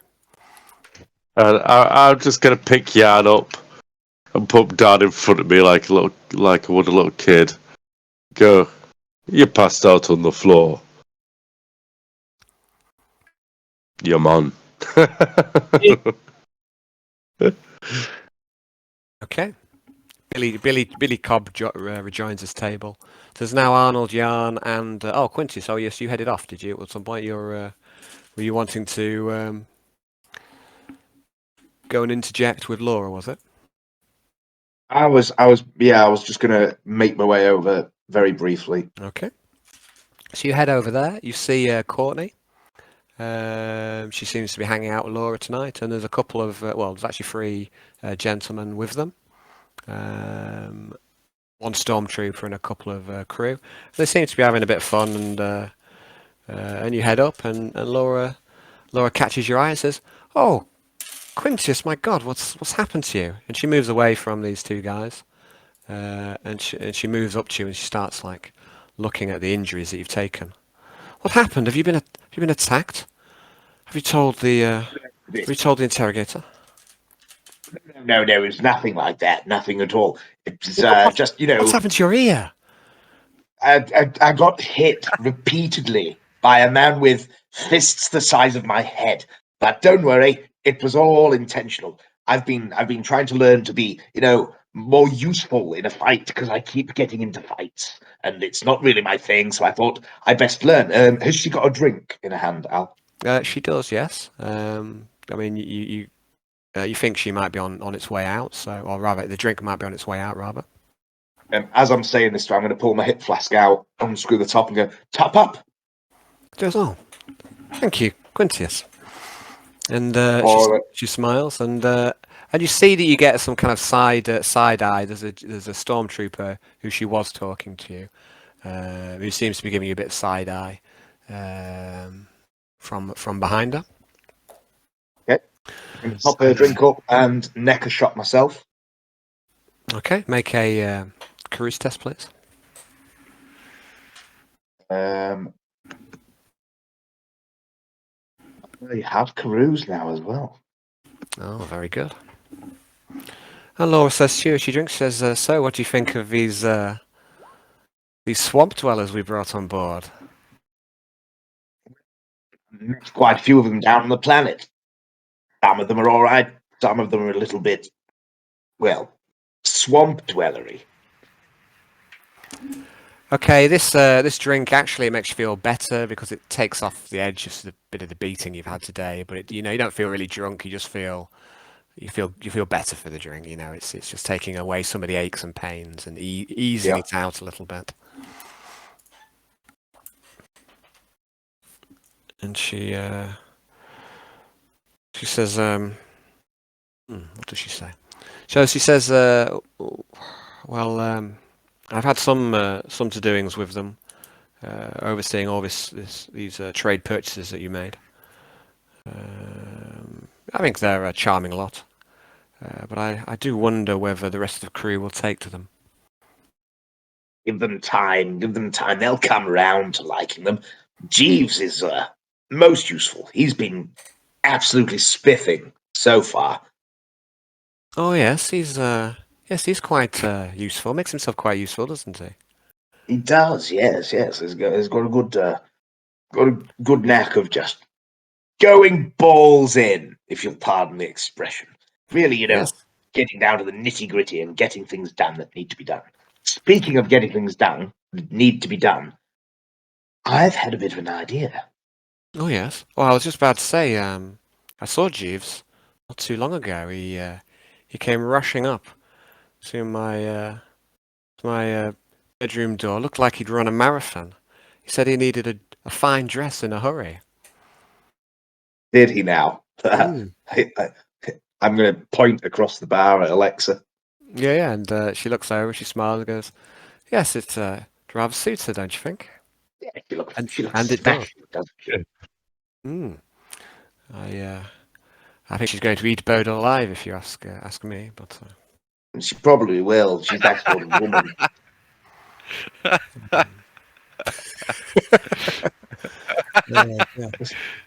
I've been thinking this place, the Crow.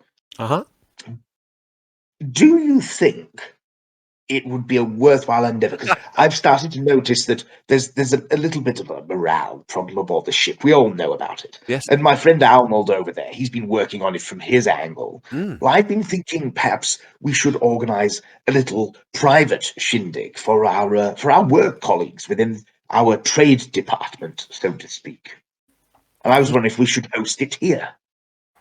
And what did you have in mind? Just a little bit of an icebreaker, maybe a few bites to eat, a few drinks, maybe some games. I don't know. A little party just for us tradey chaps. She goes, I think that's a wonderful idea. I shall put the word around and see what people think. We'll have to keep it hidden from Cassandor, of course. Well, of course, yes. That goes without saying, doesn't it? Is Cassandor, is that the bloke she's poisoned in the bed? The master of trade, isn't he? Well, you don't know that, of course, but that happened in a cutscene. But yes, you don't know. Actually, I'm trying to think. What did you see? Did you see her poison him? I don't know if you did. I think you kind of made these assumptions. She's the one who's getting him hot chocolate all the time. But yeah, what it is Cassandor is a master of trade. He seems to be losing his marbles somewhat. You're not sure why, but you've heard a few different rumours on the subject. Like some people have said he had like some kind of brain parasites, and some people have said like he's been psychically controlled or something. But you know, he seems to be losing his marbles, and he you saw him. What's that? Sorry. It's like someone's put mercury in his chocolate. It could well be. But you've seen one thing where you came across him. I think it was this Nixius was he'd gone on about this great trade contract that he'd won, and and it was going to make the ship a whole load of money. And then it transpires that this trade contract was made with Changa City, which was then devastated by the orcs after you couldn't kill the orc ship. In that kind of combat with the Orc Dreadnought, and then the Orcs went and raided the planet, and they absolutely devastated the capital city. And as a consequence, all those trade contracts became obviously null and void because the people he'd made them with were all dead. So it all gone terribly wrong, and he's kind of lost so much money on behalf of the ship. He's been kind of shepherded aside to a degree, and Nixius and Quintius have been kind of shepherded in to try and turn things around. So as for being poisoned by Laura, I mean that's just speculation, but she does make him hot chocolates quite often.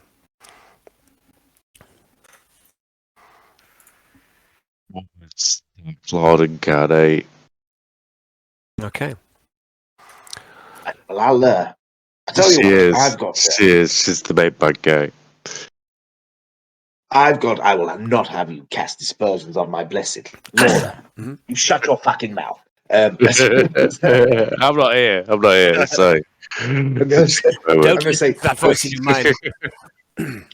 I have a little money tucked away. I'll see what I can get for this little shindig. I'll talk to you about it perhaps tomorrow. You enjoy the rest of your evening, Laura. Good night. And she smiles at you and she says, "Yes, and you too, Quintius. And really, you should go and see the doctor. I think that ear, it's not looking great at all. You really should see the doctor before you go to bed tonight." And she like she wants to kind of I don't know, posit it or do something to it, but then she. Her arms go back down to her side, and you see that her face is slightly flushed. And it's the first time, and also what you see is something I failed to describe was she's not in a standard dress uniform at the minute. She's in a more of a smart casual affair, and it's the first time you've really seen her, in a more casual outfit, and she still looks absolutely stunning. But it's the difference of it that is quite pleasant. As she says this about going to see the doctor about my ear, I'm going to go. I'm sorry, what? I didn't catch a word of that. You're standing on this side. Just and then I go, good night, and then off I go. And she smiles and bids you farewell.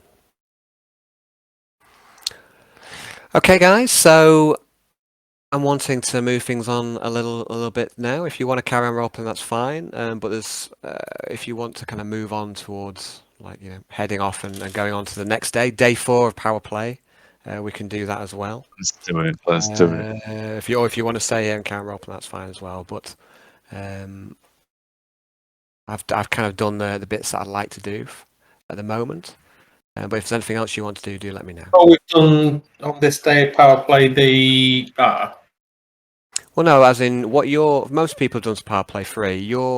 What you did, James, is you had you've done containment on day 2 and day 3. In essence, because you did day 2 and you also did day 2 during the night. So day 3 power play, you spent basically sleeping. Yeah. So yeah, that's you've spent most of your power play containing prescribed items. I'm trying to remember what you did on the first day, but that's what you've done day 2 and day 3. Is the Book of Lies and the Demon Axe are now contained. Oh, I think I went to get some tattoo, but I'm interested in finishing my tattoo. I don't know if you finished it yet. Yeah, we can go on to that on day 4. But yeah, so you've not been doing self-improvement so much as you've been benefiting the ship, and like I said earlier, the ship has stats as well, and these can be seen on one of the handouts, and one of those stats is corruption, and as a consequence of you containing these items, the ship's corruption has gone down. So it used to be that there was a -5 on, what was it, on all miasma tests on board the ship. But that modifier has gone away until the corruption of the ship goes back up again. Yeah. Assuming that it does, of course. But yeah, if you look on, there's one of the handouts in the malevolent section. There's hull integrity, which is taking a right beasting. Crew, morale, faith, and corruption.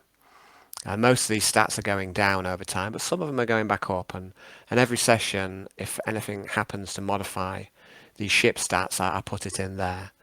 So these stats have been modified. I've been doing this for quite a few sessions now, and yeah, there's little odds and sods. So every time a little something happens, sometimes the morale goes up, sometimes it goes down, sometimes corruption goes up. Mostly it goes up, but sometimes it comes down. Yeah, so it's just like I've had a good.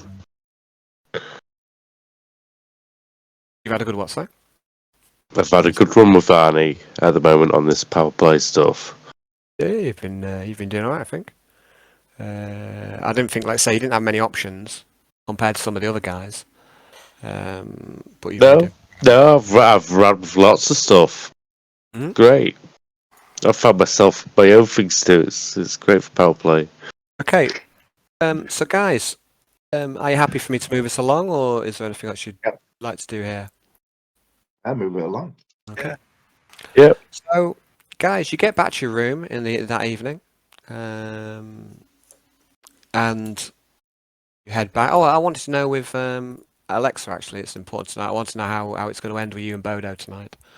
Okay, it will just end not with anything too full. Someone going out an airlock.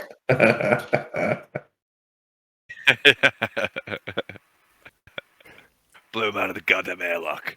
I mean, you could try and engineer that. It's he's one of your. No. I need him. You need him. The last thing I should be doing as Yarn is. See now, James. Now you're getting into the swing of things, right? now you're getting on board with the program. Yarn's purity is inversely proportional to the beer I've drunk. Really? Okay, that's good to know. So when you get back, Yarn. Oh, sorry, yeah. So you're ending it quite nicely. He walks you back to your room. I will say we should do this again. And he smiles at you, and he agrees. So yeah, it's been great. I've really enjoyed my time with you tonight. Even though in the real world, Johnny, I find it completely awkward to try and to flirt with you in a role play setting. But in the actual game, Bodo, he's had a great time. He's enjoyed your company, and he's pleased to see you again. And he's obviously infatuated with you, even though he tries to play it cool. Okay. And we've got the until tomorrow then. Should I say that until tomorrow then? Because I'm taking him to meet the engineers tomorrow. Okay. So that's going to be your day 4 power play. Engineers. Going to see the engineers. Right. So.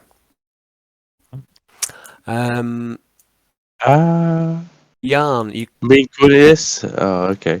Go on. Well, you're back at the room. I'm going to move on to the. Well, I was just going to say, when me and Quintius get back at the room, I'm going to say, you remember Quintius? We're going to have a little scrap before we go to bed. Yes. Shit. Hang on, and I'm just gonna have another shot real quick. Your ear is throbbing, by the way. Your ear is throbbing, despite the fact you've had a few drinks. It may never recover. Big, thick ear. Right, now I'm ready. Okay, so the drink's flowing through you. You're both quite drunk. Are you having a little scrap? So before we go on to Hayden can't resist fighting at any occasion, I just want to say what I want to say something to Jan first. So Jan, when you get back to your room, you casually put your hands in one of your kind of pockets or what have you, and you notice that someone is using sleight of hand, or perhaps while you were knocked out, secreted a letter upon your person. I'll read the letter. Okay. So the letter reads as follows. It says, Judge, there are those on board the ship that wish to see the heretics on board purged. We think that you are of a similar mind. Please meet with us at the lower transit access hub, Gamma 64, tomorrow night at 2000 hours ship time. Yeah. Do not tell your fellow acolytes of this meeting. No. Make the judge to do. Make sure you are not seen by the servo skulls, nor followed. The The letter is not signed.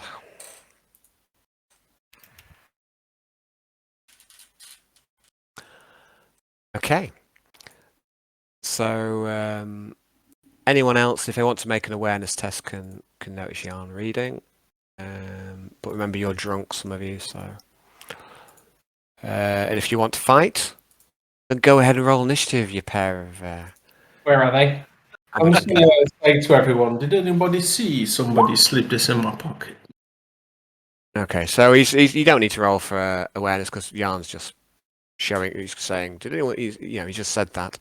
Did anyone see someone slip this in his pocket? And none of you did. But then again, the lights were out, and when the lights went back up, Jan was lying on the floor. So, and plus the crow was busy. There's people going, there's any number of times it could have happened, either before the lights went out or during that time.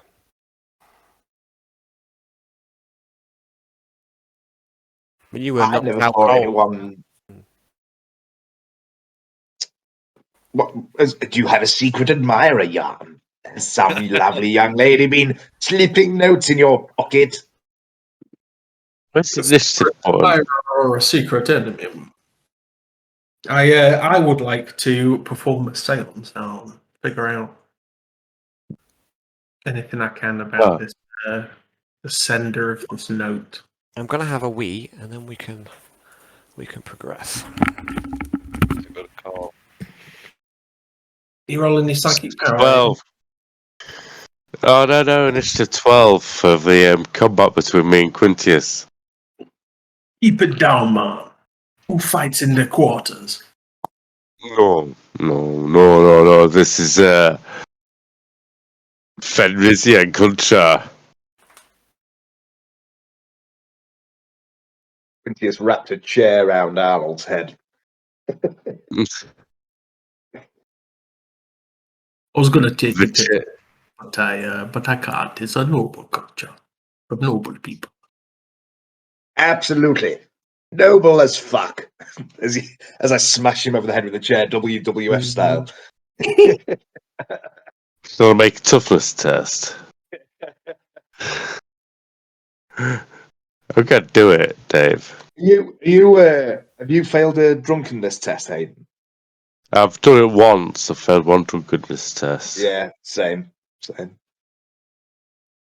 I rolled something there. I think it was initiative. The button. Yeah. I was just wondering if we were both on like -10. So toughness test is a -10 as well, is it?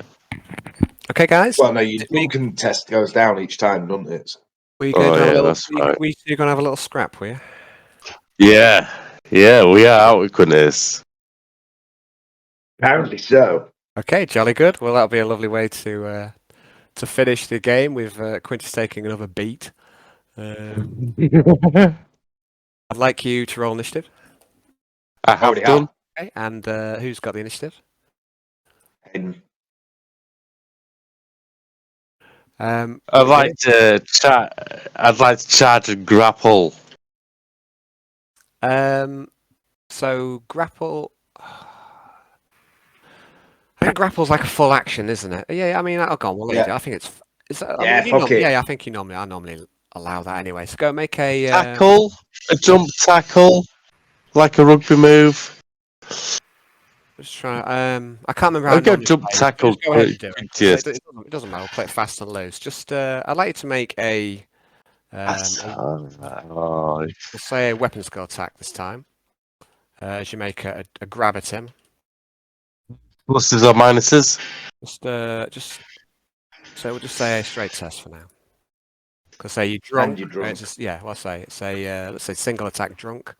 Okay, you grab at him, but you are pretty drunk, and you kind of. I'm going to use my other fate point to reroll that. Okay. Fate is with you. You grab hold of Quintius. Quintius, you're going to try and dodge this. He's trying to come at you with his big ham hands. Fail. Okay. fate point. Arnold, you Fail grab again. hold of him. Quintius, your turn. We'll have an opposed strength test. Oh no! Oh yeah! Oh, It's slippery. well. Slippery when wet, and he gets away from you. Okay, Quintius, the initiative is with you. I love this blade. Okay, so to this is near the table, I'm assuming. Yeah. He's kind of. You sat down for a second, then he just started fighting, and he just went for you. It's not like this. He's just grabbing at you, and he kind of trips over his chair a little bit, and then he gets towards you, but you're too quick for him, Quintius. You're getting the hang of it. What's he doing? Wait for half an action. I draw a weapon in inverted commas, and by that I mean pick up the chair I'm sitting on, and I'm just gonna smash it over his head as hard as I can. Let's go WWF. Roll to hit. Yes. Single attack, but I'm drunk. This +0. Miss. Wild miss. Okay. Wait, no. I'm going to use my last fate point. Yes. Do it. Yes. Good. Yes. That's a hit. Arnold, do you want to dodge a parry, the chair attack? I would like to try catch the chair. Okay, What would that Parry, be? surely. That'd be That'll be parry. a parry. Okay. Yeah, I haven't got parry, but while we're on initiative, You Sorry. don't need parry. It's just a weapon skill test. Uh-huh. weapon skill test, yeah. Yeah. -10. Okie dokie. I'll just roll it and we'll subtract 10, yeah. Huh? It'll be quicker. It'll be just quicker. Just subtract 10 off that. Oh, That's right. It's good. It connects. Oh. It's an improvised weapon. It's D5 -1 for an improvised weapon. Plus your strength 2. It's D5 +1. I'm Fucking WrestleMania. going to have +1 for the rule of cool here. So I'm going to say D5 +2. Really, you need a 5 to do any damage to Arnold. E5 +2. Yeah. Fortunately, Arnold, it's probably going to bounce off him no matter what you do, but do it anyway. No, I don't care. I don't care. It's certainly cool. Oh, it's just a glancing blow, but the chair dents. It dents on Arnold. I think you just made him angry. I'm And you just also grinning like a lunatic as I hit him, and then there's a moment where I just sort of go, "Oh fuck!" the plate scattered. There are knives everywhere. There's some uneaten fish stew that's landed on the floor. Arnold, what are you doing? The initiative's with you. You just took a chair blow So to the head, but it didn't try. really hurt. So good. I'm going to swift attack, but I want to do two different things with my swift attack. You get I'd two like to melee take attacks. his I'd like to take his legs out and then grapple him. I'll take his legs out and then incapacitate him. Okay, I'm gonna have to be straight. Like you can't like some things like grapple's one thing, disarm's another. You know what I mean? These are all different things, so we're gonna have to keep it. Okay, I don't want to hit Quintius directly. I want to do something else. So, like, what are you aiming to? You want to do a disarm? You want to do a grapple? Do you want to do a hit? I would like to do a grapple. A grapple. Okay. Yeah. Oh, strength test there then. Is that right? Yeah. So, strength roll. He's coming at you. Strength roll, Quintius. He's so strong. It's a -10 that one, but it's still a pass. You both are -10 anyway. Okay. He's got a hold of you. I might need to rejig these grapple or slide. But anyway, for now, time being, you've got a hold of him. Next turn, Quintius, you've got a chance to break out. How have you hold of me, Arnold? How have I got hold of you this time? I've done a frontal kind of grapple on you. I've tried to smother you again. Sleep. Are we facing each other? We are facing each other this time. I'm going to kiss Arnold square on the lips. That'll catch him off guard. Okay. He gives you a big kiss, Hayden. If you'll go, Hayden. Cheesy grin. Side quest. I achieved both Quintius's lips off his face, leaving him horribly disfigured for the rest of his life for daring to kiss a Fenrisian on the lips. Are you sure you want to do that? Pretty sure. Sorry, that's the dark side talking to me. No, I won't do that to Quintius, no. You're going to bite his face off. That's the old Arnold talking. That Arnold's, you're free of the axe now, Arnold. That was the dark side talking to me, sorry. You don't have to chew off his face anymore.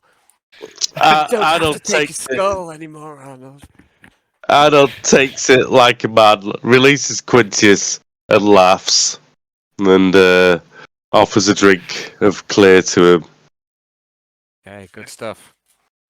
Quintius laughs, takes the drink of clear, and then punches Arnie in the face as hard as he can. All right, do it. We're going to stand there and take it. Guys, while you two are squabbling, I want to go over to Jan, and we're going to... Jan, you wanted to do a seance, didn't you? While he's doing squabbling. Madness. You try and get a bit of peace. And now, I think we said before, no knack or lucky for seance because it's a long ritual. So yes, you can make a straight roll on a seance. What is the question that you're asking?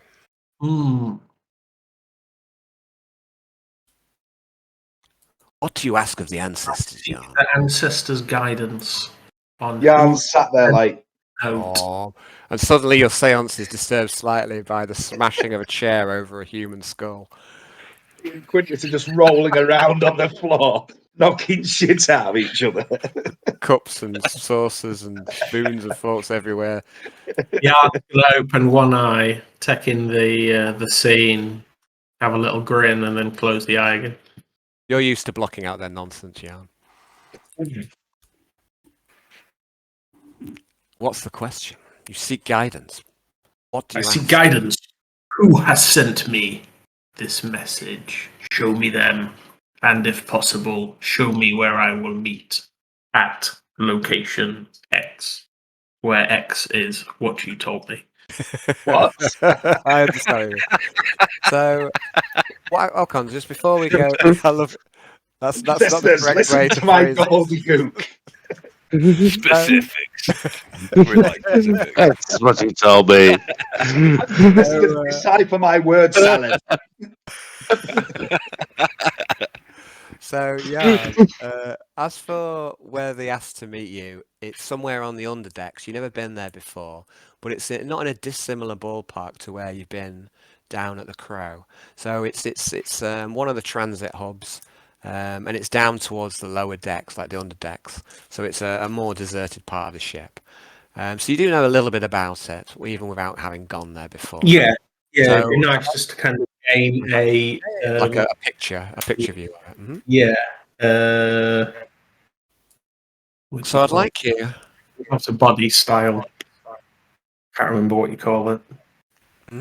So I'd like you, please, to make a soothsaying roll, if you'd be so kind.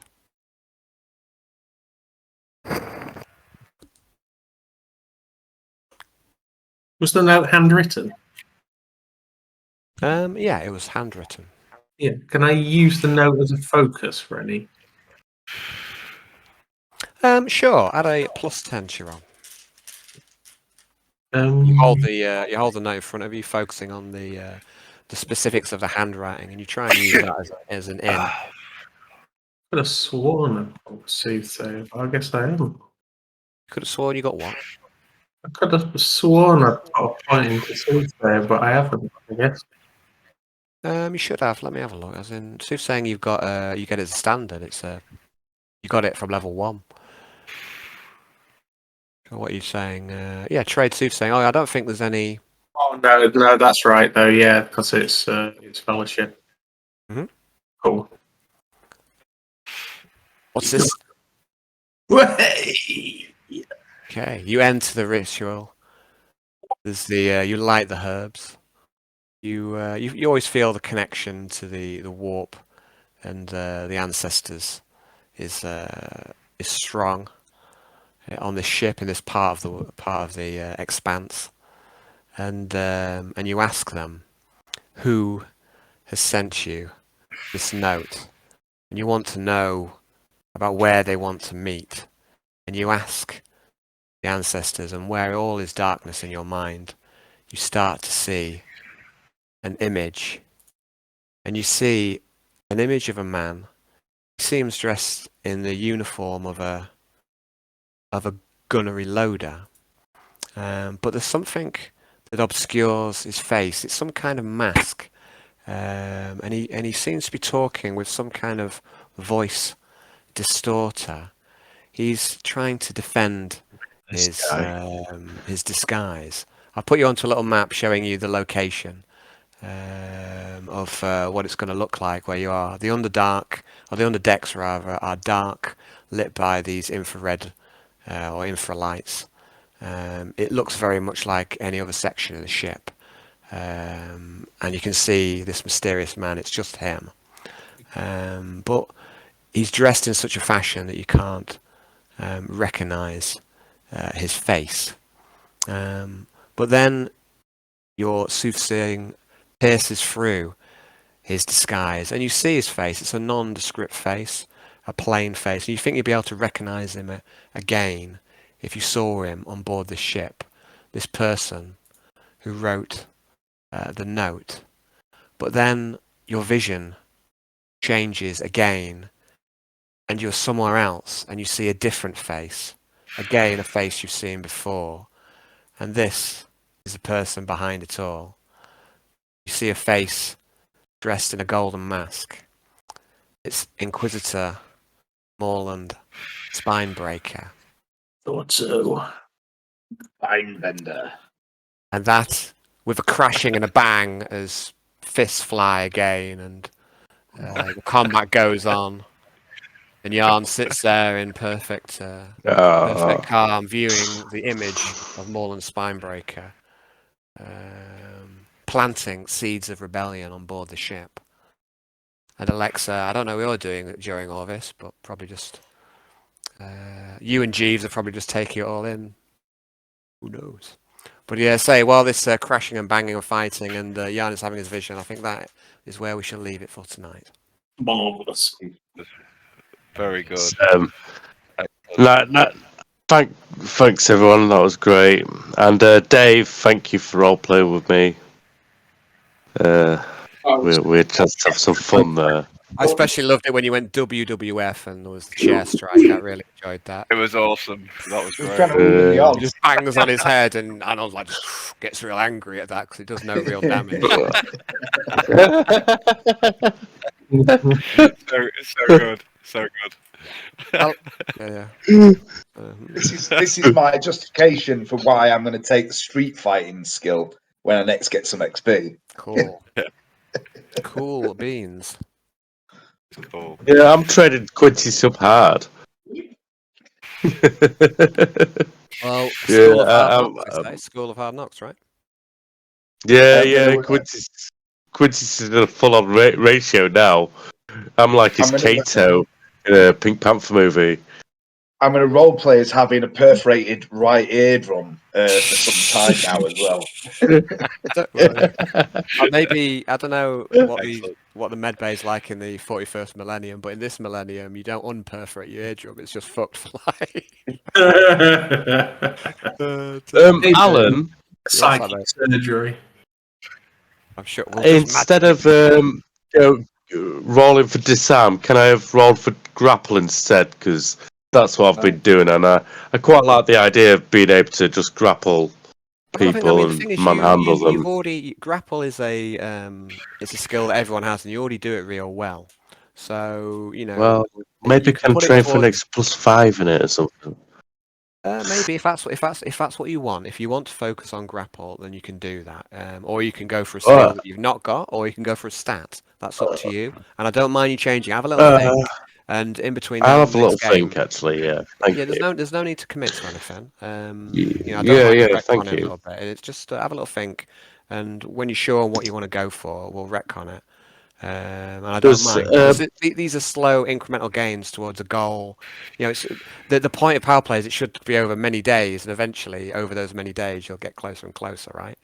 One day's actually won't go very far, right? But well, I say what I'm aiming for with a morale thing of a ship, it seems to be working at the moment. It's going forward, so I'm just going to keep working on that.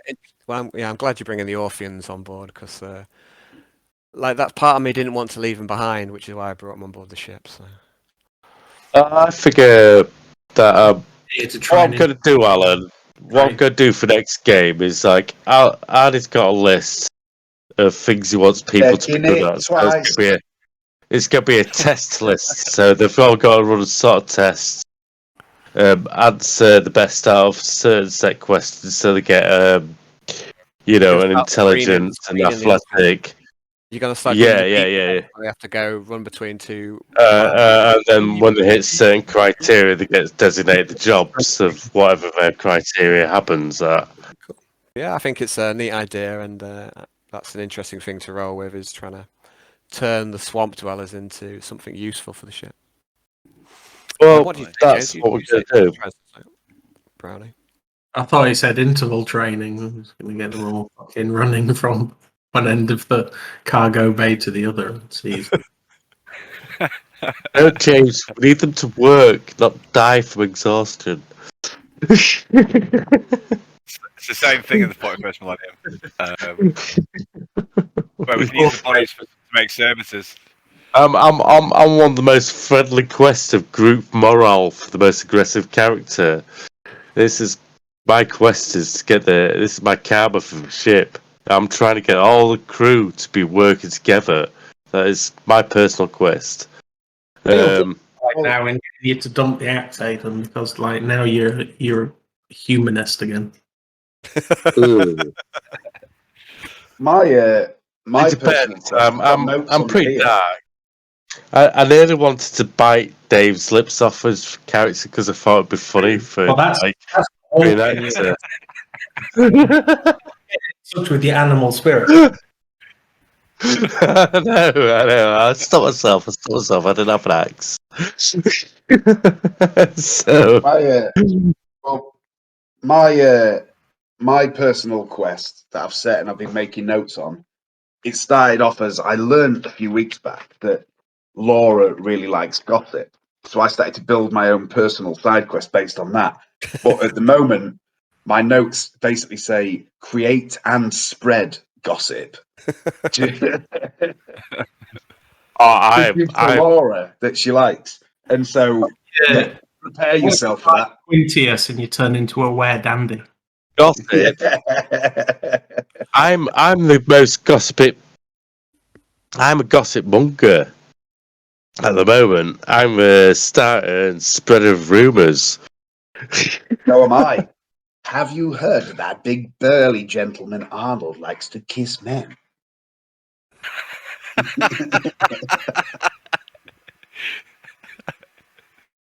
But yes, you've not got out of my grip yet. You should have bitten my lips off when you had chance. You've not got out of my grip yet, boy. I'm off to bed.